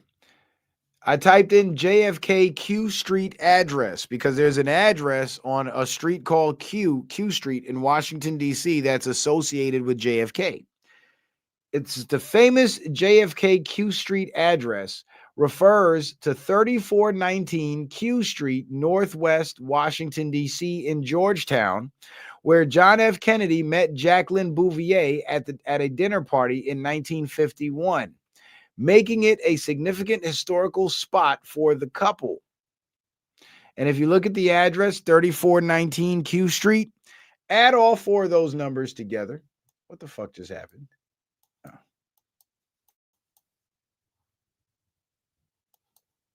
3419. Add all four of those numbers together for me.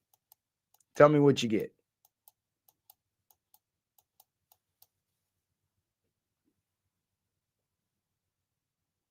What do you get? 17.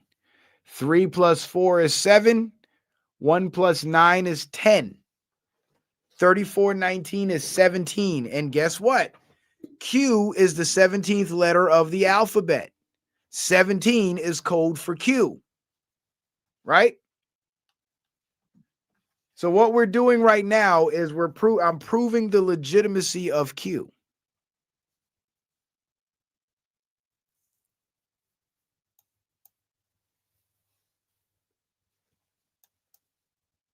This is why the mainstream media was so against Q, calling it a conspiracy theory and all that stupid shit. And it's amazing to me how many conservatives are too simple-minded to even dare to take a look at what Q was saying and correlate it with real events or be able to decode it for themselves. And they started falling for the fake news narrative that Q is bullshit and it's a conspiracy theory and all that. And well, it's definitely connected to the presidents, both Trump and JFK, whose both names are carved in stone on the same building now. Here's another Q proof. This is an old stream from my old Citizen Man channel, and it says Information War, Censorship versus Free Speech, Emergency Broadcast System. And the thumbnail picture is a picture in front of the U.S. Naval Station at Guantanamo Bay, Cuba.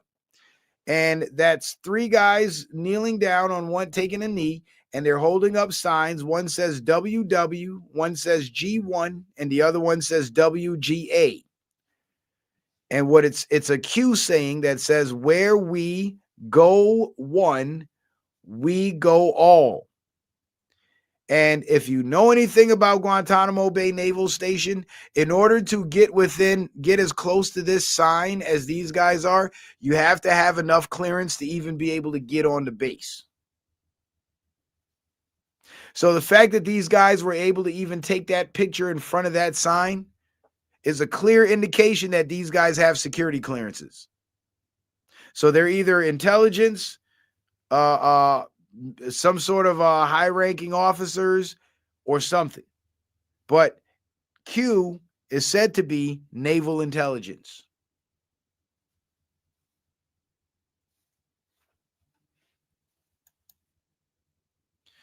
Now, I mentioned Space Force earlier in reference to the child trafficking stuff that's happening, and we'll get into that article too. I got that article as well.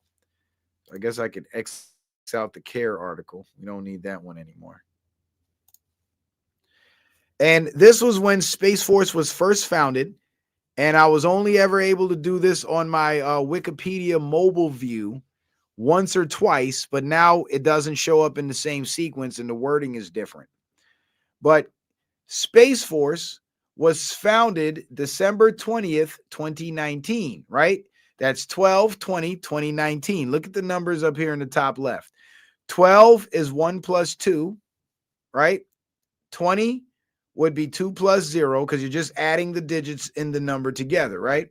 And 2019, 2 plus 0 plus 1 plus 9. So 1 plus 2 is 3, 2 plus 0 is 2, and 2 plus 0 plus 1 plus 9 is 12. 3 plus 2 plus 12 equals 17. So even on the date that Space Force was said to be founded, the D code is Q. Q is an internet blog, right? Q does internet drops of intel, right? Check this out. Space Force, when you look at the role, it says space security, combat power projection, space mobility and logistics, information mobility, space domain awareness. But one of the most common QD codes is to take a series of lines, a series of phrases stacked vertically, and you take the first word of every phrase and you put them together in a separate phrase and it spells out something totally different. Check this shit out. QD code on Space Force's role. Wikipedia mobile view from your cell phone. Space combat, space logistics, information space.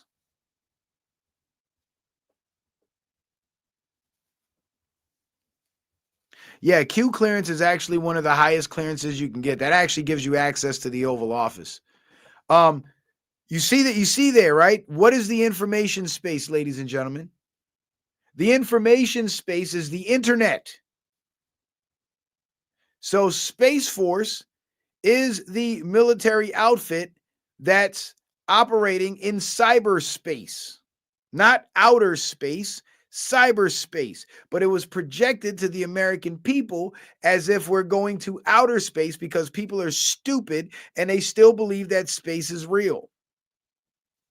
And because they believe that space is real, Trump was able to set up an entire military branch to infiltrate the information space, the internet, the interwebs, find all these pedophile rings, find all these child traffickers and these human traffickers and these drug traffickers and these suspected terrorists and these people plotting mass casualty events and all that, while making people look up to the sky and believe we'll be flying spaceships and shooting lasers like Star Wars. Another brilliant play by Trump. You make your enemies look down while make your enemies look up while your forces are looking down at the computer screens, monitoring everything they're doing.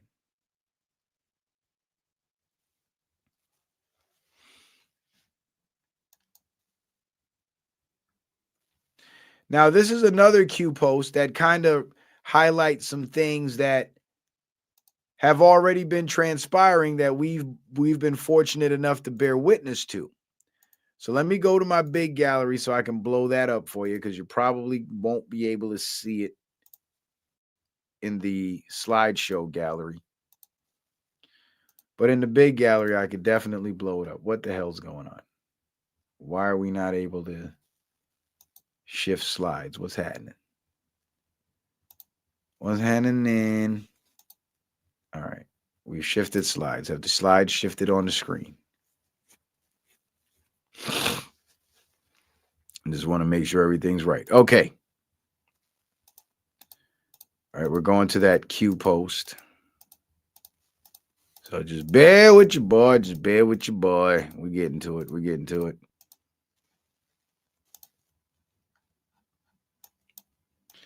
All right. So this was posted on June 21st, 2018. Organized riots being planned. And this was posted June 21st, 2018. When did the organized riots take place? 2 years later in 2020. And when did they kick off? The end of May, the beginning of June. So Q knew exactly what they were talking about because they were monitoring the communications. New eyes coming on board Q train. We told you proofs were going to be important. Very soon, new eyes, be ready. 5 to 5. We thank you for your service. We stand, we fight together. Organized riots are being planned. Countermeasures in place. And the countermeasures are the National Guard that was being deployed alongside these special forces units that were rounding up the funders and organizers of these riots. And those countermeasures had to be put in place because the local police would be presumably ran and controlled by politicians who are in favor of the riots. So the local police couldn't be depended on to stop these riots. Only the military. Hence Q says military is the only way. Resistance far smaller than portrayed by mainstream media. Attacks intensify. You collectively are a massive threat. Censorship applied to scale down impact reach. Yeah, censorship is being used. Censorship applied to scale down your impact/reach. Right, to stifle our voices. It's failing. Trust yourself. Public awakening. And the more that happens is the less the public can ignore it. Thus, the awakening is happening. People were able to ignore the open borders, let all the migrants flood in. But once the migrants flooded in, people couldn't ignore it anymore. Mass deportation was the solution.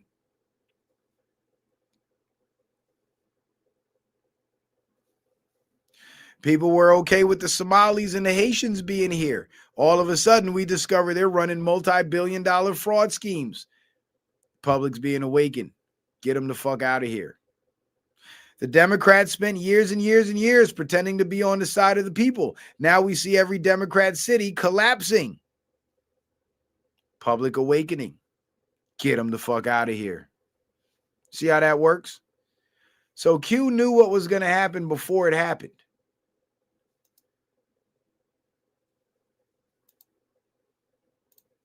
And Q was warning us that this was going to happen before it happened. And it's funny that Q has given us so many warnings of future events that have actually taken place, but yet there's still people out there that think it's nonsense. You know what? I do know what it is. It's the programming. It's the same thing like the globe earth. You teach people about flat earth and how profound that truth is and how many lies are with the globe, and they still hold on to that cognitive dissonance of the satanic globe. So I get it. Emergency alert message. Loyalist, red 1, POTUS Twitter removal. And this was posted, look at this, June 4th, 2020. Q told us that Trump was going to get removed from Twitter. And when did that happen? Didn't that happen in like January or February of 2021 when Trump got removed from Twitter? So how did Q know this ahead of time? Military intelligence. Central Communications blackout, continental United States. And I thought the Central Communications blackout was going to be them like hitting the kill switch on the internet or something. But it turns out that the Central Comms blackout was the massive censorship campaign. Blacking out the message. Red 3, classified movement of Pelosi or Pence. Those were the arrests on January 6th when these politicians were taken into custody for committing treason by certifying a stolen election. Hence, the Biden show kicked off while the country was under COG, continuity of government, military control. but the military gave us the Biden show because American citizens could more easily stomach a stolen election before they could stomach martial law. So we got a soft version of martial law with a fake presidency to keep us all distracted. Red 4, movement of military assets, 10th Mountain, 1st Marine, CPSD, Marine QVIR, to central locations under guise of citizen riot control. And what's the National Guard deployments for? Crime and riot control. But who's deploying with the National Guard? Special Forces units. Red 5, National Military Command Center. That's where Trump went on January 6th. Red 6, Secretary of Defense to instruct U.S. Secret Service. U.S. Secret Service is in charge of, handling the president, essentially. And they're under Department of Homeland Security. So if the Secretary of Defense now has instructional powers over the U.S. Secret Service, that means the Department of Defense is now handling the presidency. Hence the military giving us the Biden show. And it says Castle Rock at the very bottom. And if you know anything about Castle Rock is a movie production company. That's your indicator that the Biden show was just that, a movie television production. That's it. So again, Q gains massive credibility. Now, this is the stage of the game where I believe we are with Trump. And this was on the 10th of March, 2018, Q Post 916. And it says, we are saving Israel for last. Very specific reason not mentioned a single time. Saving Israel for last because Israel is the big boss and Israel controls all the other nefarious groups that operate within the United States. Those groups essentially are their foot soldiers / sleeper cells. So in order to reduce Israel's capability to attack the United States, you have to first go after the networks of operatives that they control. Hence the mass deportation operation, which in fact is an counter-domestic terrorist operation. Then you got Trump giving Israel minimal support.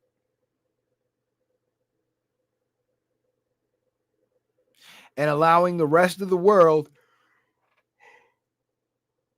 to call out Israel for the genocide they've been committing.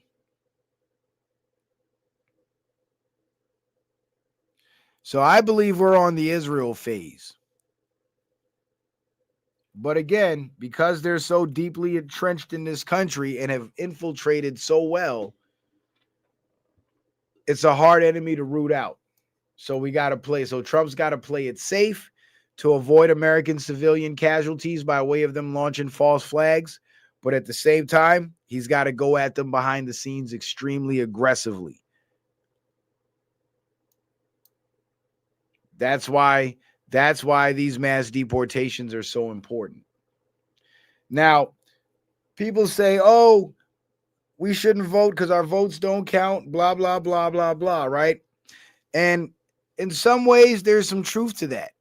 But I say, whether they steal the election or not, whether they steal the election or you actually get to elect the person you want to represent you, your votes still count. Here's why.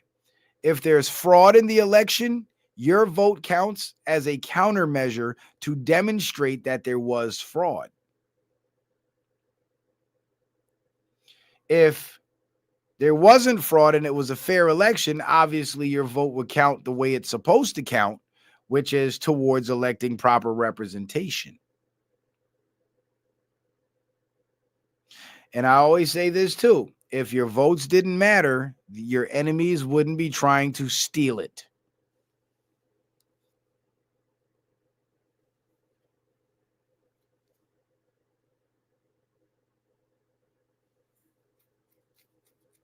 Now, the governor's race in New York State between Kathy Hochul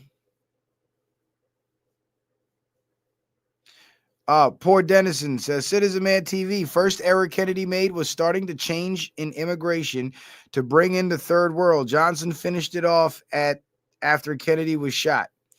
Yeah, Kennedy didn't know what he was up against. So I have to give him that credit. He didn't know what I have to give him that grace.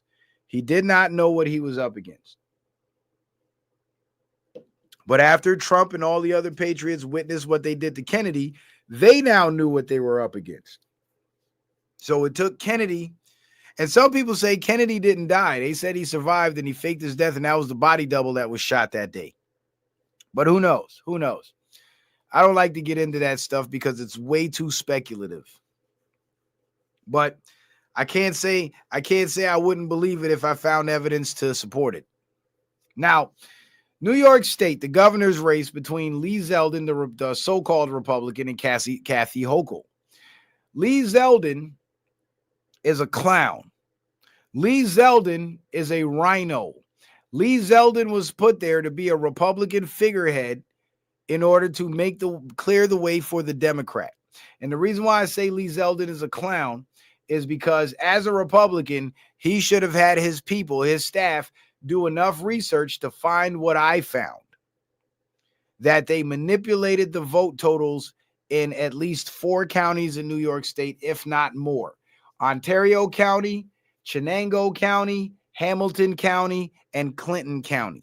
All 4 counties, they manipulated the vote, and here's how they did it. Show you this shit right now. In Chenango County, Lee Zeldin got 34,311 votes, which amounted to 63.10%, right? Kathy Hochul got 20,064 votes, which amounted to 36.9%. So she lost that county. But get this. Ontario County, another county Lee Zeldin allegedly won. But look at the numbers. Lee Zeldin gets 34,311 votes, like literally the exact same number as Chenango County. That is mathematically impossible. And Kathy Hochul gets 20,064 votes, the exact same number as Chenango County. Statistically and mathematically impossible. There's no way this would be a coincidence, at least not 4 times over. Look at Hamilton County. Again, Lee Zeldin, 34,311. Kathy Hochul, 20,064. What the hell is going on here? Well, I'll tell you what's going on here. Fraud. That's what's going on here.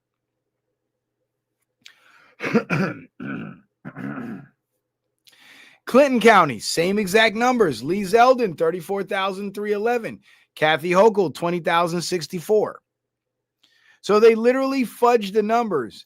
Even though they fudged the numbers in Lee Zeldin's favor, if they fudged them for Lee Zeldin in those counties, who's to say they didn't fudge them for Kathy Hochul in other counties? So if Lee Zeldin was a true Republican and a true conservative and a true patriot, he would have at the very least stood up and said something about this and said, hey, we need a goddamn do-over because these numbers ain't adding up. This shit don't smell right. And if there was some cheating involved, I don't want to win by cheating. That's what he should have said. But guess what he did instead? He conceded. He conceded to that old fox-faced hag, Kathy Hochul. Fucking conceded. Because he's a clown. Now, my man Derek Gibson, who was running for governor in New York, I was actually, I did an interview with him, and I was actually helping him campaign by promoting him on my channel when I was much bigger.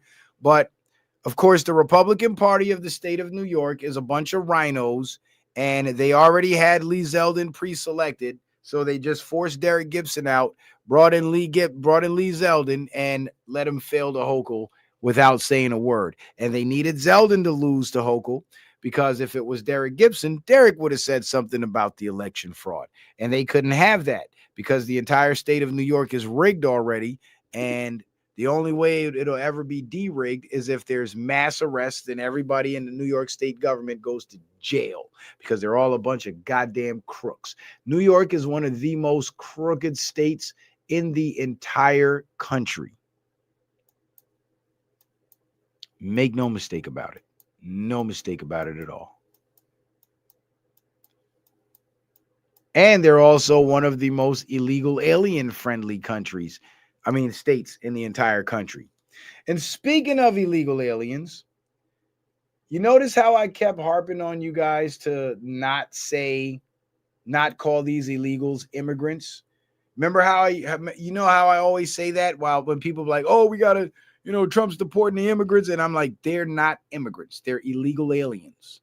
Right. And I always harp on the wording, because when you call them immigrants, you're now lumping these border jumpers in with the people who actually paid the money and did the paperwork and came here legally. And that's not fair to legal immigrants, because they've earned the title of being immigrants by going through the legal immigration process. These fucking border jumpers, they're not immigrants. They're border jumpers. That's what they are. They're illegal aliens with foreign allegiances, many of whom come here with the intent to do Americans harm. So they're not immigrants. And the Democrats have been responsible for reclassifying these illegal aliens as immigrants. And the reason for that is because in the federal law, the federal immigration laws, it refers to these foreign nationals that enter the country unauthorized as illegal aliens. So the term illegal alien is written into the law in reference to these specific people. So in order for the Democrats to skirt that law and ignore that law, they have to avoid using the language that's written in that law. Thus, they cannot call the illegals illegal aliens. They have to call them immigrants, because by getting us to use that term by de facto, we now view these border jumpers as immigrants, which in our minds means they have legal status in our country, because that's what immigrant means.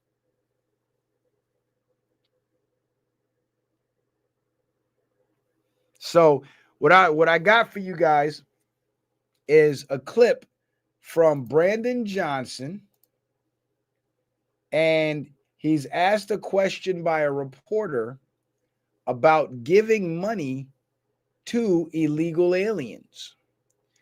And his answer will blow you away, because the way he answered the question clearly demonstrated what I just explained to you.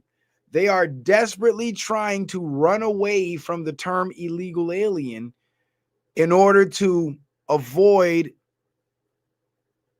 responsibility for breaking immigration law. Because in the immigration law, these border jumpers are not referred to as immigrants. They're referred to as illegal aliens. And listen to what Brandon Johnson says. And this is a clear example of how of him displaying the fact that he knows that people are ignorant to the law. Because if people knew the law, they would know that the word illegal alien is the legal term for these border jumpers as written in the law. But listen to this queer. It's come to our attention through our cultural sources, Mr. Mayor, that you're supposed to have filed a report on spending on illegal aliens in Chicago with the White House by now. What's happening with that, or what has happened with that? We don't have illegal aliens. I don't know if that's from. Did you catch that shit? The reporter asked about giving money, tax money to illegal aliens, and the first thing he says, and then that other hag next to him, I think that's Jayapala, whoever the hell she is, some foreigner. First, we don't have illegal. Yes, the fuck you do, man. What do you mean you don't have illegal aliens? Then he goes, I don't know if that's from some sort of sci-fi message. No, motherfucker, it's from the federal law. And you know that, you clown. You goddamn clown. You know it's written in the law, but you're going to play like you don't know, because you know that the idiots that follow you don't know, because they're stupid too. But you see how quick he was to dismiss the term illegal alien? That's the play.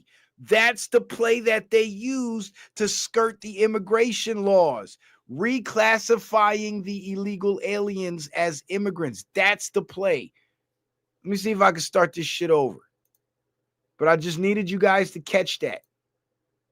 So it's come to our attention through our cultural sources, Mr. Mayor, that you're supposed to have filed a report on spending on illegal aliens in Chicago with the White House by now. What's happening with that, or what has happened with that? We don't have illegal aliens. I don't know if that's from some sort of sci-fi message that you would have had. Well, listen, the legal term for my people were slaves. You want me to use that term too? So look, let's just get. Oh, with the racist bullshit. Yes, they were fucking slaves, you idiot. And if we stop calling them slaves, guess what happens, you jet? Guess what happens if we stop referring to the slaves as slaves? They lose any chance of ever getting reparations, because then the people who don't want to give them reparations can say, give your ancestors reparations for what? They were never slaves. What is a slave? Is that from some sci-fi message? You see how stupid that is? But he's still gonna play this stupid ass game because he knows that his followers are idiots. I mean, they have to be idiots. They elected a grown man with a freaking mohawk for a haircut. They got to be idiots.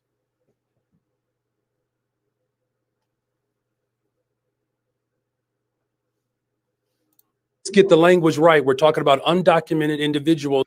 Now let's get the language right. We're talking about undocumented individuals. No, the right language is what's written in the law, not what you pulled out of George Soros's ass.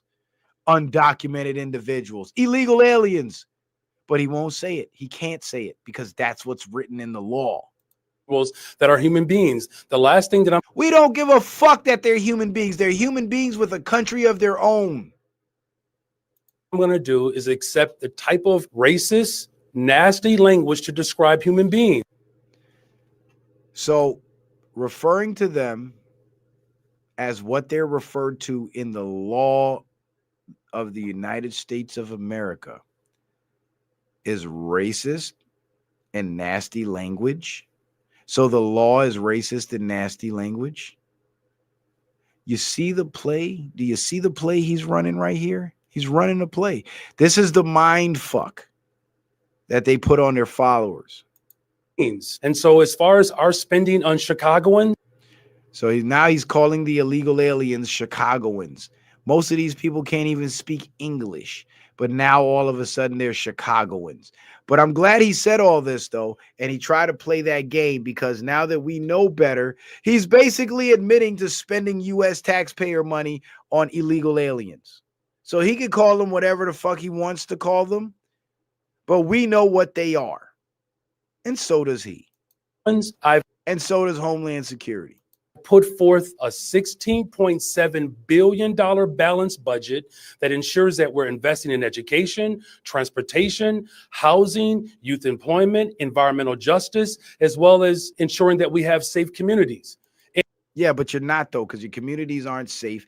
And where was all this investment for the black kids when they were running around with nothing better to do than kill each other? Where was all this energy for them?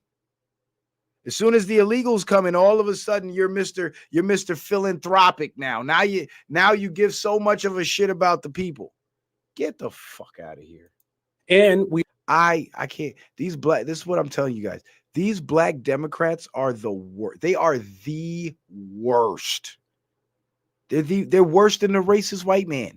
They are worse than the racist white man. You know why? Who's done more damage to the city of Chicago in the last 10 years? The two black Democrat mayors that they had, or the Ku Klux Klan, or the racist white man? Who's done more damage to the lives of the people of Chicago, especially the black people? These people are worse than the Klan. They are worse than the Klan. Because at least with the Klan, you know they're your enemy. You know what you're dealing with. You know to clutch your pistol when you see them white sheets come getting closer to you. But when it's these chocolate-coated Klansmen that they call black Democrats, you know, you let your guard down and you let them in and you trust them. And then they bring in all the illegal aliens, refuse to call them illegal aliens, say it's racist, and then call them Chicagoans, and then give them priority over the very Chicagoans that elected your ass. Absolutely abhorrent and disgusting. We are going to challenge the ultra wealthy to pay their fair share. That's that Obama bullshit. We're going to challenge the ultra wealthy to pay their fair share. You know what that is? That's tax the rich. That's what that is. And you keep pushing tax the rich, ain't going to be no rich people left to tax. That policy is deliberately meant to destroy the economy, because that's exactly what it did everywhere it's been implemented. And you know what? Brandon Johnson means about getting the wealthy to pay their fair share. First of all, what he means by wealthy is anybody with a net worth of over $250,000. That means if you're an average working American that happens to own your house, and your house is now valued at over $250,000, he's going to tax the shit out of you. That's what that means. Democrats are clowns. Democrats are enemies of the people, the American people. They're enemies of America. They serve foreign entities, foreign interests. They get their pockets lined and greased with American tax dollars and foreign lobbyist money. And they get into office. They sell us a good game to get them into office. They get into office, and then they proceed to put the screws to us. He's more than happy to look at that budget. Let me just, excuse me, let me just say something here. It is very important that people in Illinois and across the country understand the immigration system is a civil system. Not when you're an illegal alien. It's criminal when you're an illegal alien. Illegal immigration is criminal. What is she talking about? Civil. It's criminal. System. Undocumented. That's why ICE carries guns, because illegal immigration is criminal. That's why Border Patrol carries guns. Illegal immigration is criminal. I don't know how they were able to push this lie. I do know how. Because 90% of the lawyers out there fucking suck, and they don't know the law them damn selves.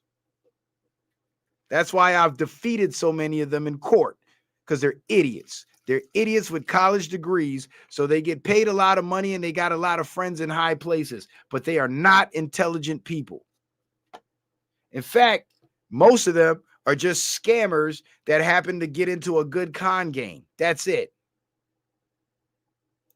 Documented presence in the United States is not a criminal. Yes, it is. That's why men with guns come to get you. Offense.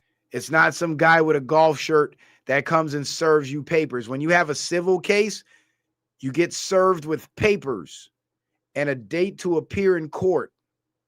That's civil. When you got guys with guns putting you in handcuffs and dragging you away, that's criminal. So this woman, this foreigner, is sitting up here lying through her goddamn teeth. It's not civil, it's criminal. And so thank you for the clarification on language.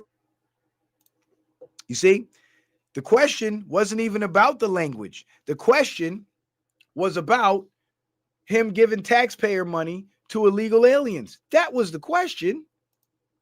But it ends with, thank you for the clarification on the language.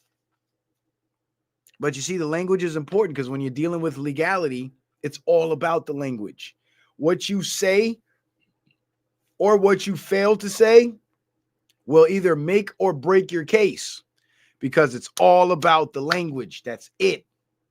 That's why they're constantly changing the language and moving the goalposts. He cannot say, he's not allowed to call them illegal aliens, which is what the law says they are. Because if he doesn't call them illegal aliens, then there's no way you can claim that they're in violation of the law that refers to illegal aliens. Oh, they're not illegal aliens. They're undocumented individuals. That's an illegal alien, but they have to play the word game. They have to play the word game.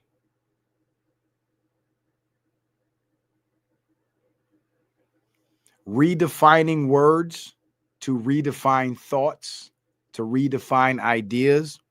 in order to redefine reality. That's what they're doing.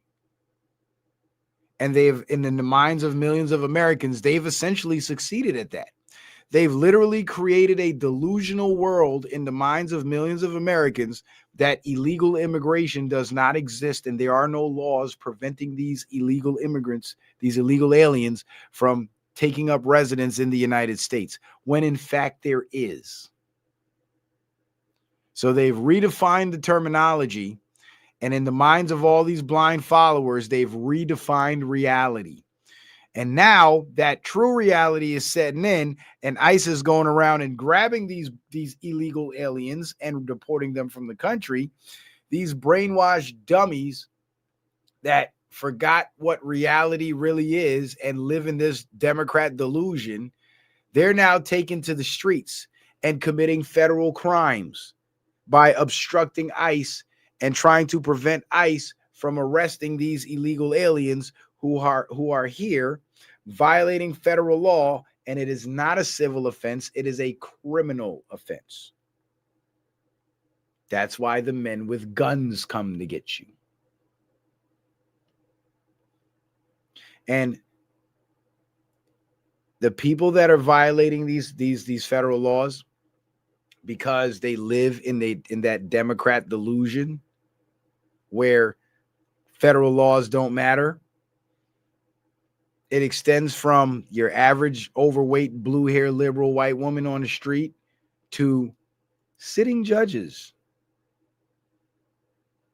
And this is why the Hannah Dugan case is so important. So let's get to that. Let's get to that.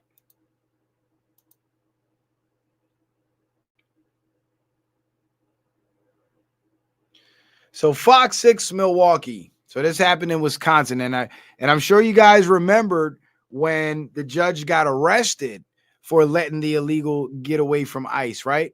Well, she's already been convicted. Judge Hannah Dugan found guilty of felony obstruction. What's next? And this was from December 19th. See if I can make this bigger without cutting off the page.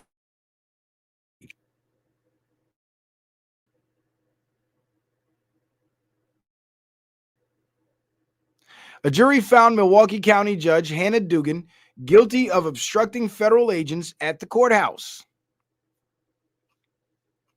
She was found not guilty of a misdemeanor charge of helping an undocumented immigrant. You see, even Fox News or Fox 6 is using the bullshit fake ass term. Illegal alien evade ICE agents. Now the question is, will she resign? Will she be impeached?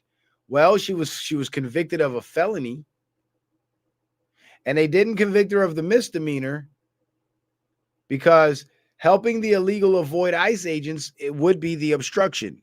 So that's the felony. What the fuck just happened? So there's no need to convict her of the misdemeanor if she's already been convicted, if she's already going to be convicted of the felony. And yes, she will have to be removed from the bench because last time I checked, you can't be a felon and be a judge. A jury found Milwaukee County Judge Hannah Dugan guilty on Thursday of a felony charge of obstructing federal agents at the courthouse earlier this year, but not guilty of a misdemeanor charge of helping an illegal alien evade those agents who were there to arrest him. And guys, we have to normalize the term illegal alien again. Stop saying immigrants. Stop saying undocumented immigrants. Stop saying migrants. Stop playing the Democrat word games and use the word that's written in the law. Illegal alien. We really have to stop calling these people immigrants. We got to break ourselves out of that habit. That's important. We have to draw the distinction between people who come here legally, immigrants, versus border jumpers, illegal aliens. What's next for Judge Hannah Dugan? What we know, as of Friday, December 19th, Dugan's courtroom remains with her name on the sign, and people are saying it's awkward. That's because judges testified against other judges, including Chief Judge Carl Ashley. The Wisconsin Supreme Court says until Judge Adelman accepts the verdict, which could take a few months, Dugan will remain under suspension with pay. It's not clear exactly what Dugan was making, but state records show circuit court judges generally make around $175,000 a year. Dugan could resign. State Republicans are calling for an impeachment if she doesn't. The last time that happened was 1853.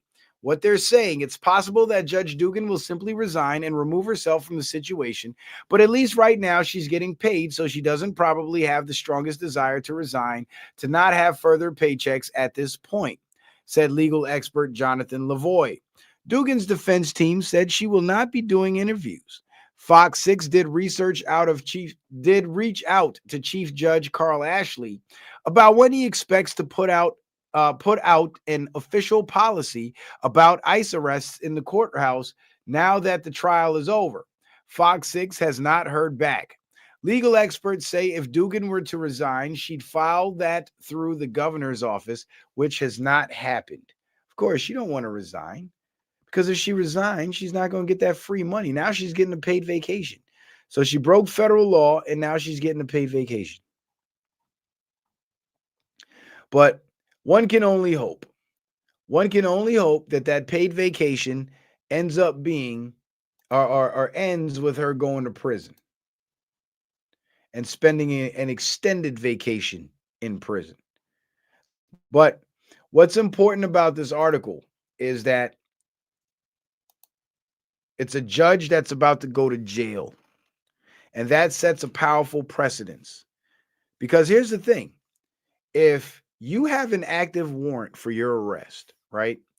And you show up to court for something else, and somehow the courts discover, or the police or the sheriff's office, who are the bailiffs in the courtroom, discover that you have a warrant, they can arrest you in the courtroom and take you and remand you back into custody for that warrant. So if the local police or the local law enforcement, the local sheriff has arresting powers in the court, don't the feds too? Because of the supremacy clause in the Constitution that gives the federal government authority over the states.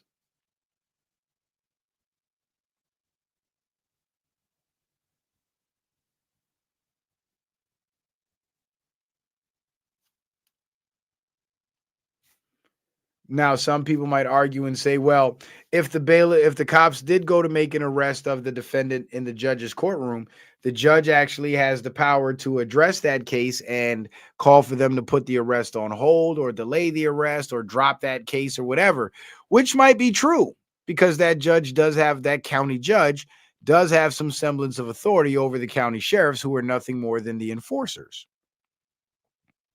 But it's a county judge, not a federal judge. So that county judge's authority does not extend to federal agents. So she cannot stop federal officers from taking an individual into custody out of her courtroom. She must secede that power to the feds so they can do their job. This is why the supremacy clause was put in place in the first place, to avoid situations like this, to let these county personnel know that once the feds step in, your authority is nullified. And you damn sure don't have authority over the federal authorities. The federal authorities have power over you. So, if this witch got to go to jail to teach Americans that, so be it. Let her go. So be it. And I hope this is the beginning of a long trend where we're going to see more judges go to jail. Because we definitely need to see more judges go to jail. That would really boost the American people's confidence in the justice system if we actually see these corrupt bad actors going to jail.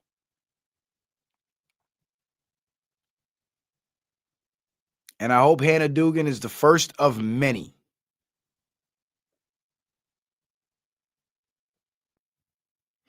Latrice makes a good point. Latrice says one of those liberal colleges will give her a job so that she can brainwash young adults. Yeah, because that's exactly what those liberal professors do. That's all they do. It's just brainwash the young people, because when what you're teaching is bullshit, you can't allow opposing views to be held up or weighted against the bullshit that you're teaching, because then the bullshit falls apart. It crumbles under the weight of reality. And this is why in the universities, they only teach one side of the story, which is the liberal side. And they just say the Republicans are racist, the Republicans are bad, this and that, and blah, blah, blah. And they literally frame it that way. So these young people come out of college, graduate college, literally thinking that the Democrat Party is their friend and is on their side. Excuse me, when it's because of the Democrats and their bad economic policies is why your ass grew up poor, and now you got to go to college on a fucking loan.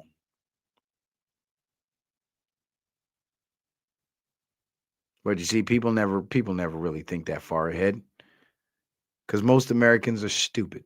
We've been dumbed down with the poisons in the food, air, and the water, and they made a lot of us stupid. And a lot of us have stupid parents that are too stupid to know better. So how could they ever teach us? How could they ever unstupid us? And the more we listen to them, is the stupider we get. It becomes a literal scenario of the blind leading the blind.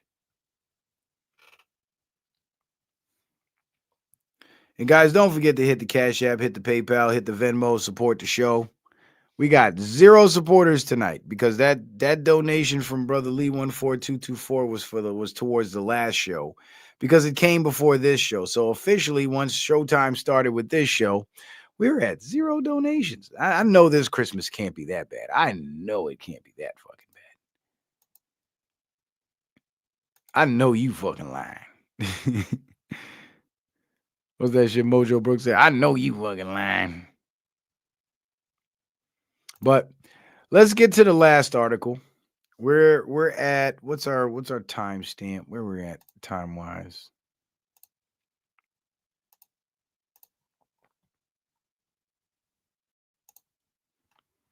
Time wise, we're at 2.5 hours. Making good time. Looks like it's gonna be a 3-hour show tonight. How about it? Oh yeah, and also for the donations, I keep forgetting to tell you guys this because I'm so used to not being monetized.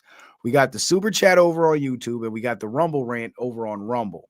Both are like the same as the $ next to the chat bar. So you can hit the $.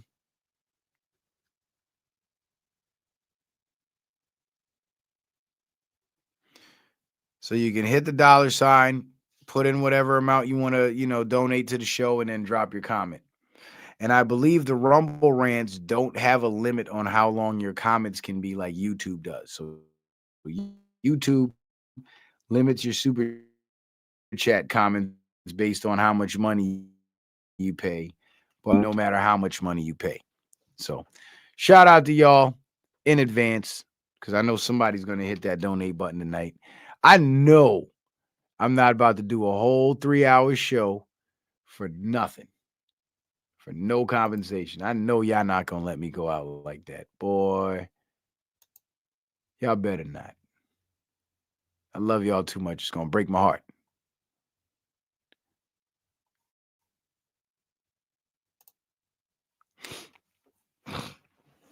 So, missing children saved from trafficking during Operation Northern Lights. Tallahassee, Florida, CBS 12.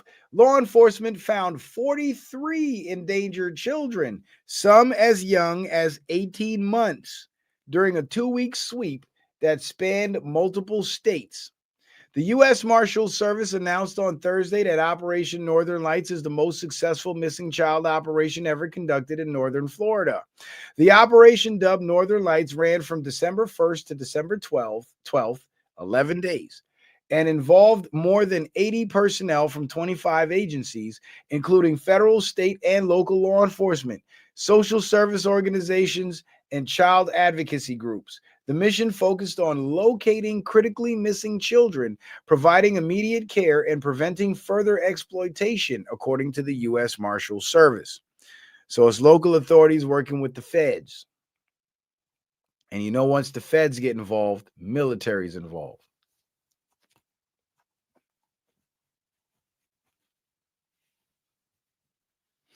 While most recoveries occurred in North Florida, the U.S. Marshals Service said the search extended to Louisiana, Mississippi, and Tennessee. Among the most notable cases, a 1-year-old from Leon County found in Baton Rouge, Louisiana. A 17-year-old and a 1-year-old from Okaloosa County recovered near Jackson, Mississippi. A 13-year-old missing for 8 months located in Jacksonville. A 15-year-old abducted by a non-custodial adult found in Ocala, with the suspect arrested.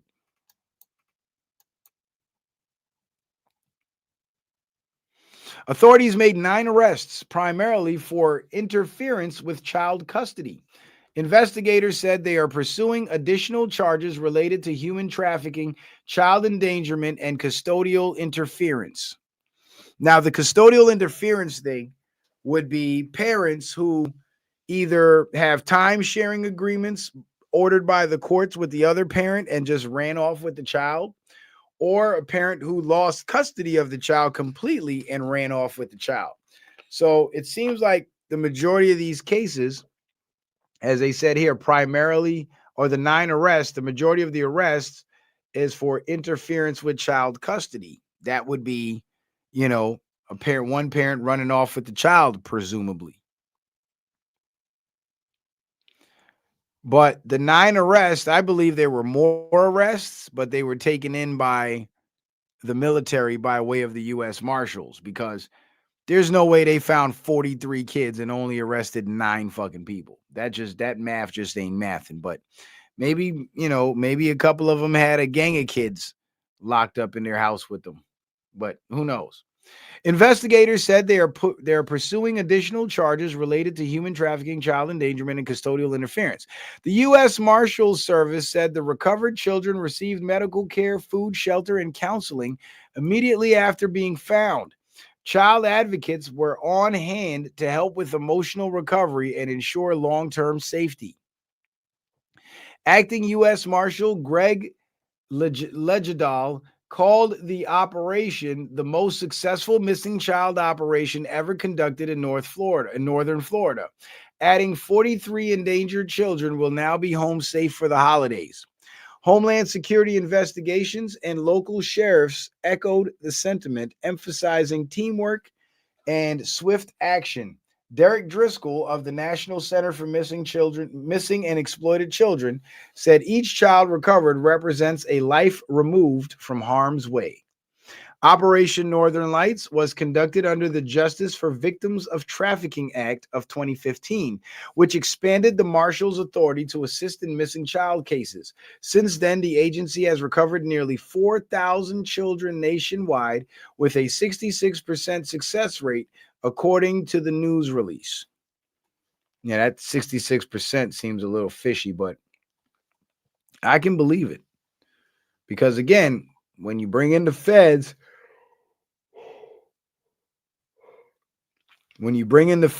you're bringing in the military too. Because the U.S. Marshals are actually have actually been incorporated in the Joint Special Operations Task Force, JSOC,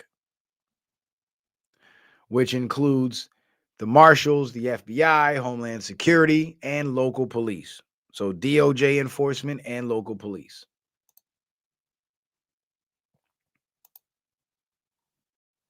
And again, I believe it's all thanks to Space Force, because Space Force got the intel.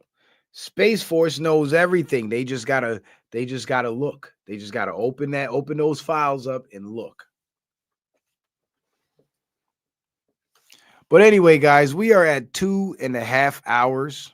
I think I've covered everything I wanted to cover tonight. I hope you guys enjoyed the show. I hope you guys got a new outlook on Q. If you were one of those Q haters, remember, if you're a Trump hater, you're siding with the mainstream media. Bill Clinton, George Soros, Barack Obama, and the rest of them, they're Trump haters too. MSNBC and CNN, they're Trump haters too.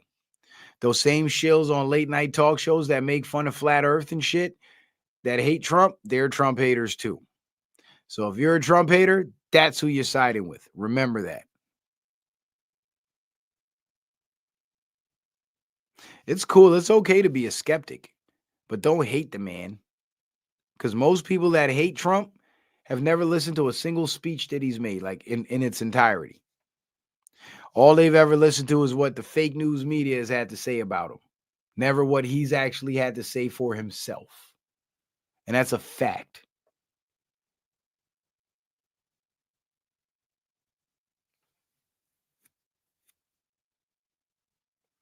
What's up, Voodoo Child? Good to see you, bro. Yeah, they not only hate him, they fear him. Yeah, that's why they show so much hate, because they're afraid of him. You know, you join in with the Q hate, you're siding with the mainstream media. You got to be careful not to find yourself in that position when it comes to key issues. Because once you start finding your personal ideologies and beliefs aligning with those of a group of people that literally live in delusion, that's when it's time to check yourself. That's when it's time to really check yourself and say, you know what? Am I deluding myself and believing a bunch of bullshit? And 9 out of 10 times, yes, you are. Yes, you are. Like, I had some brothers debate me on Sanchez's panel. I was on his panel last night. And shout out to them brothers, very intelligent brothers, but you know, so a few of them are hopelessly deceived. I had one brother come on there and talk about Trump and Project 2025. Project 2025 isn't even Trump's project. Trump's program is Agenda 47. It's not Project 2025. And guess who created the narrative of Trump being associated with Project 2025? The same Democrats that flooded your neighborhood with illegal aliens, but want to call them undocumented individuals. That's who told you Trump and Project 2025 are related to each other. Remember that. So you're going to side with these delusional motherfuckers just for the sake of justifying your feelings. Because you're ignoring facts and going with your feelings. See what I'm saying? And every time you side with that side ideologically on any key issue, you will be wrong. Hell, Brother Sanchez debated me on the open borders in 2018. I believe it was 2018 or 2019. We had a whole debate. He wanted the borders open. He wanted all the illegals to come in, siding with the establishment. And guess what? The establishment got their way, and all them black people in those cities that had to live under the weight of those illegal aliens suffered as a result. All the crime that came with those illegals, American citizens suffered as a result. And years later, bro was actually man enough to admit that he was wrong on that issue, which essentially means I won that debate.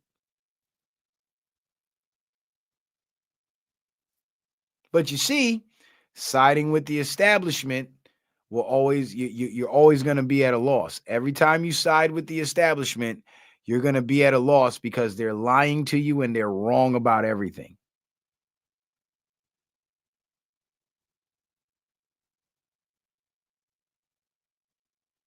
Yeah, Trump's actually got a website that details Agenda 47, and it talks about everything he's doing now, getting rid of the income tax. It's very comparable to Nasara, getting rid of the income tax, lowering inflation, bringing in the tariffs, getting rid of the transgender bullshit,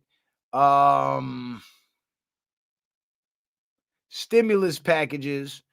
What else? Election monitoring, voter ID laws, no more wars overseas, making peace,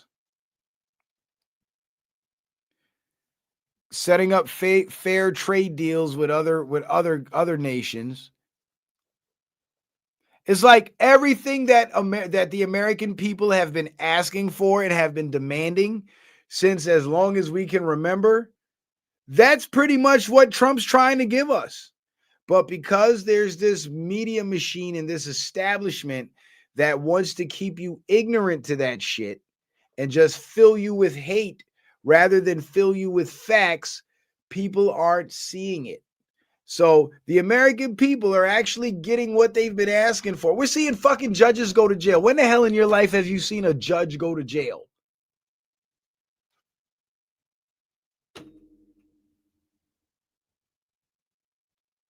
So we're actually getting what we've been demanding all these years, but the brainwashing is too strong and most people still don't see it. They still don't see it. There was brothers on Sanchez's channel in the chat mad at me for supporting Trump because they don't see it. These are not very politically sharp people anyway. They're sharp people in other realms, but when it comes to politics, they're in kindergarten. So they don't know shit about politics except a few talking points that they've heard repeated on the internet. I guarantee you they can't tell you who their congressional representative is. They can't tell you what congressional district they live in. They can't tell you the name of their governor. They don't know the name of their police chief. They don't know the name of their sheriff. They don't know the name of their state department of education superintendent. They don't know the names of their county commissioners. They don't know the names of their city councilmen. They don't know what the fucking tax rate in their state is, yet they pay it. They don't know shit.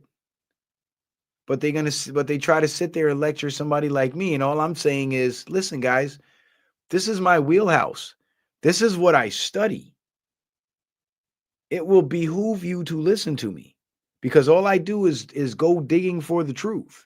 And believe you me, if what you were saying was true, I would be saying the same thing.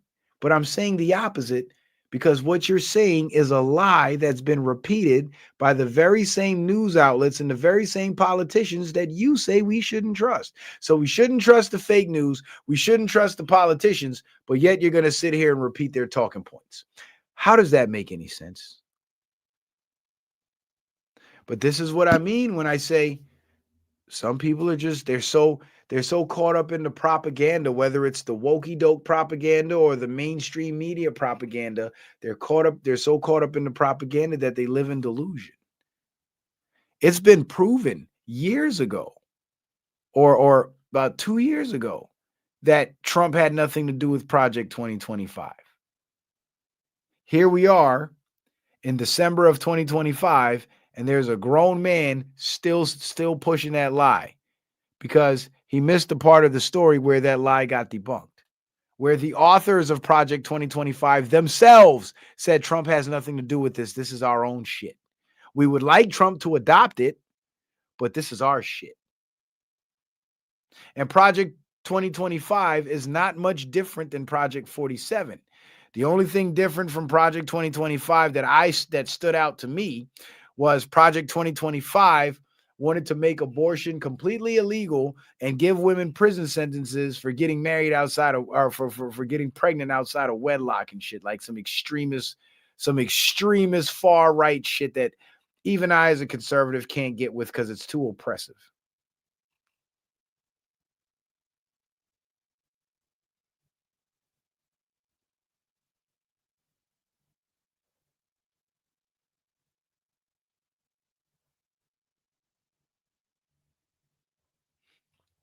Agenda 47 also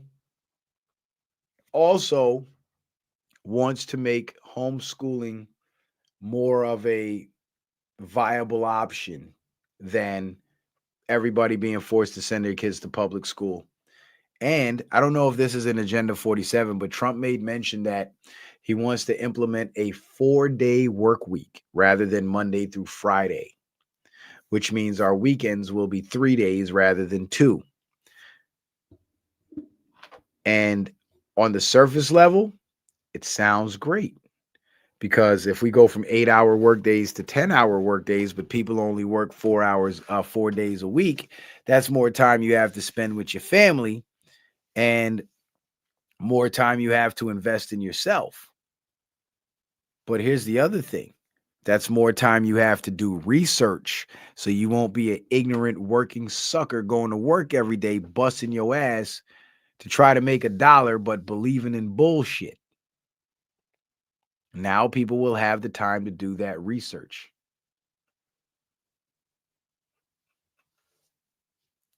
So you can be mad at me all you want for supporting Trump, but you know what? If it wasn't Trump in there and it was Kamala Harris in there, you guys that are complaining, your list of complaints will be much, much longer. Much longer. So, complain away. And I don't expect you to come pat me on the back and say, you know what, Citizen Man, you were right, when you actually see the changes you want to see happen. I don't expect it. Because most men are arrogant and can't admit when they're wrong. So I don't expect it. That's why it was such a surprise when Brother Sanchez admitted he was wrong about the borders, because I didn't expect it. And that's why I have to commend him for being so courageous to say that publicly, because I didn't expect it. And I got to give him respect for that.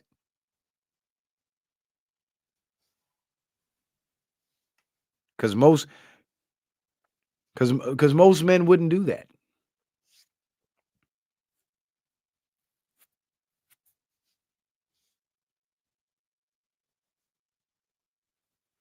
Kobe says, what we got to do, man.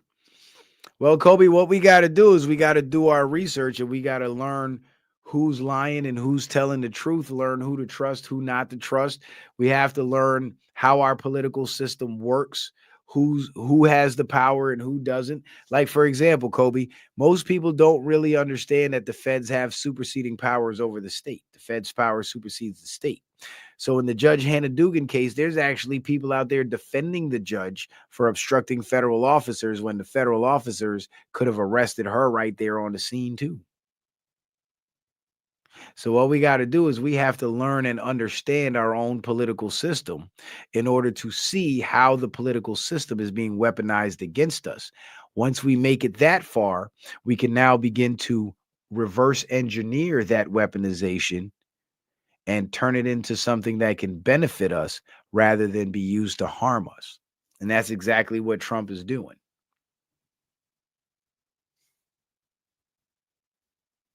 Barnes says again, I just received a check out of the blue from Trump's FTC lawsuit settlement with Amazon over unfair trade practices. Money I didn't have hitting me right at Christmas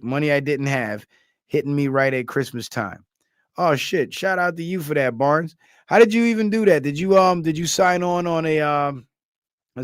to like a class action lawsuit or something? Or was that just purely random? Because if that's the case, I'd like my check too. God damn it. God damn it. I don't want to have to keep begging y'all for cash apps because it's the holidays. And nobody likes a beggar, especially at the holidays when they kids is doing all the begging. And man, I ain't get one donation tonight. That is wild. I don't know. Maybe it's because there's so many new people. Maybe I got to prove myself first. Maybe that's what it is. Or maybe people just ain't got it like that this year. Because I mean, after 4 years of Biden, most of us, we're still recovering. Barnes says it was $51. Yeah. Usually those like mass payouts like that is a little bit. It's a little something. It's usually not much. I remember I got 57 cents or 37 cents on a class action lawsuit against Walmart or some shit. I remember that stupid shit. It was like, what the hell is this? Well, you got paid, so hey, and I didn't have to do anything. Just sit back and collect. Barnes said to me, that's a lot. Listen, $51 is not small money. $51, you can, if you live in the right city, you can actually take a girl out on a very nice date for $51. If you live in the right city. If you live in New York City, you probably can't. You'll probably get like some gourmet rat tails with a side of cat shit, but that's about it. But out here in the Midwest, man, $51, that's a day at the carnival. Cotton candy, stuffed animals, hot dogs, all kind of shit. $51. $51 is a shopping spree on Temu. You could buy a whole tiny house for $51. Kobe says tacos and ice cream. Oh shit. My man Raphael hit me. Voodoo Child. My man Voodoo Child hit me on the cash app. Appreciate you, Voodoo Child, for that support, brother. At least Voodoo Child ain't leave me hanging. Appreciate you, Voodoo Child. Shout out to you for that support, man. Can Voodoo Child get some support himself? Can Voodoo Child get some help?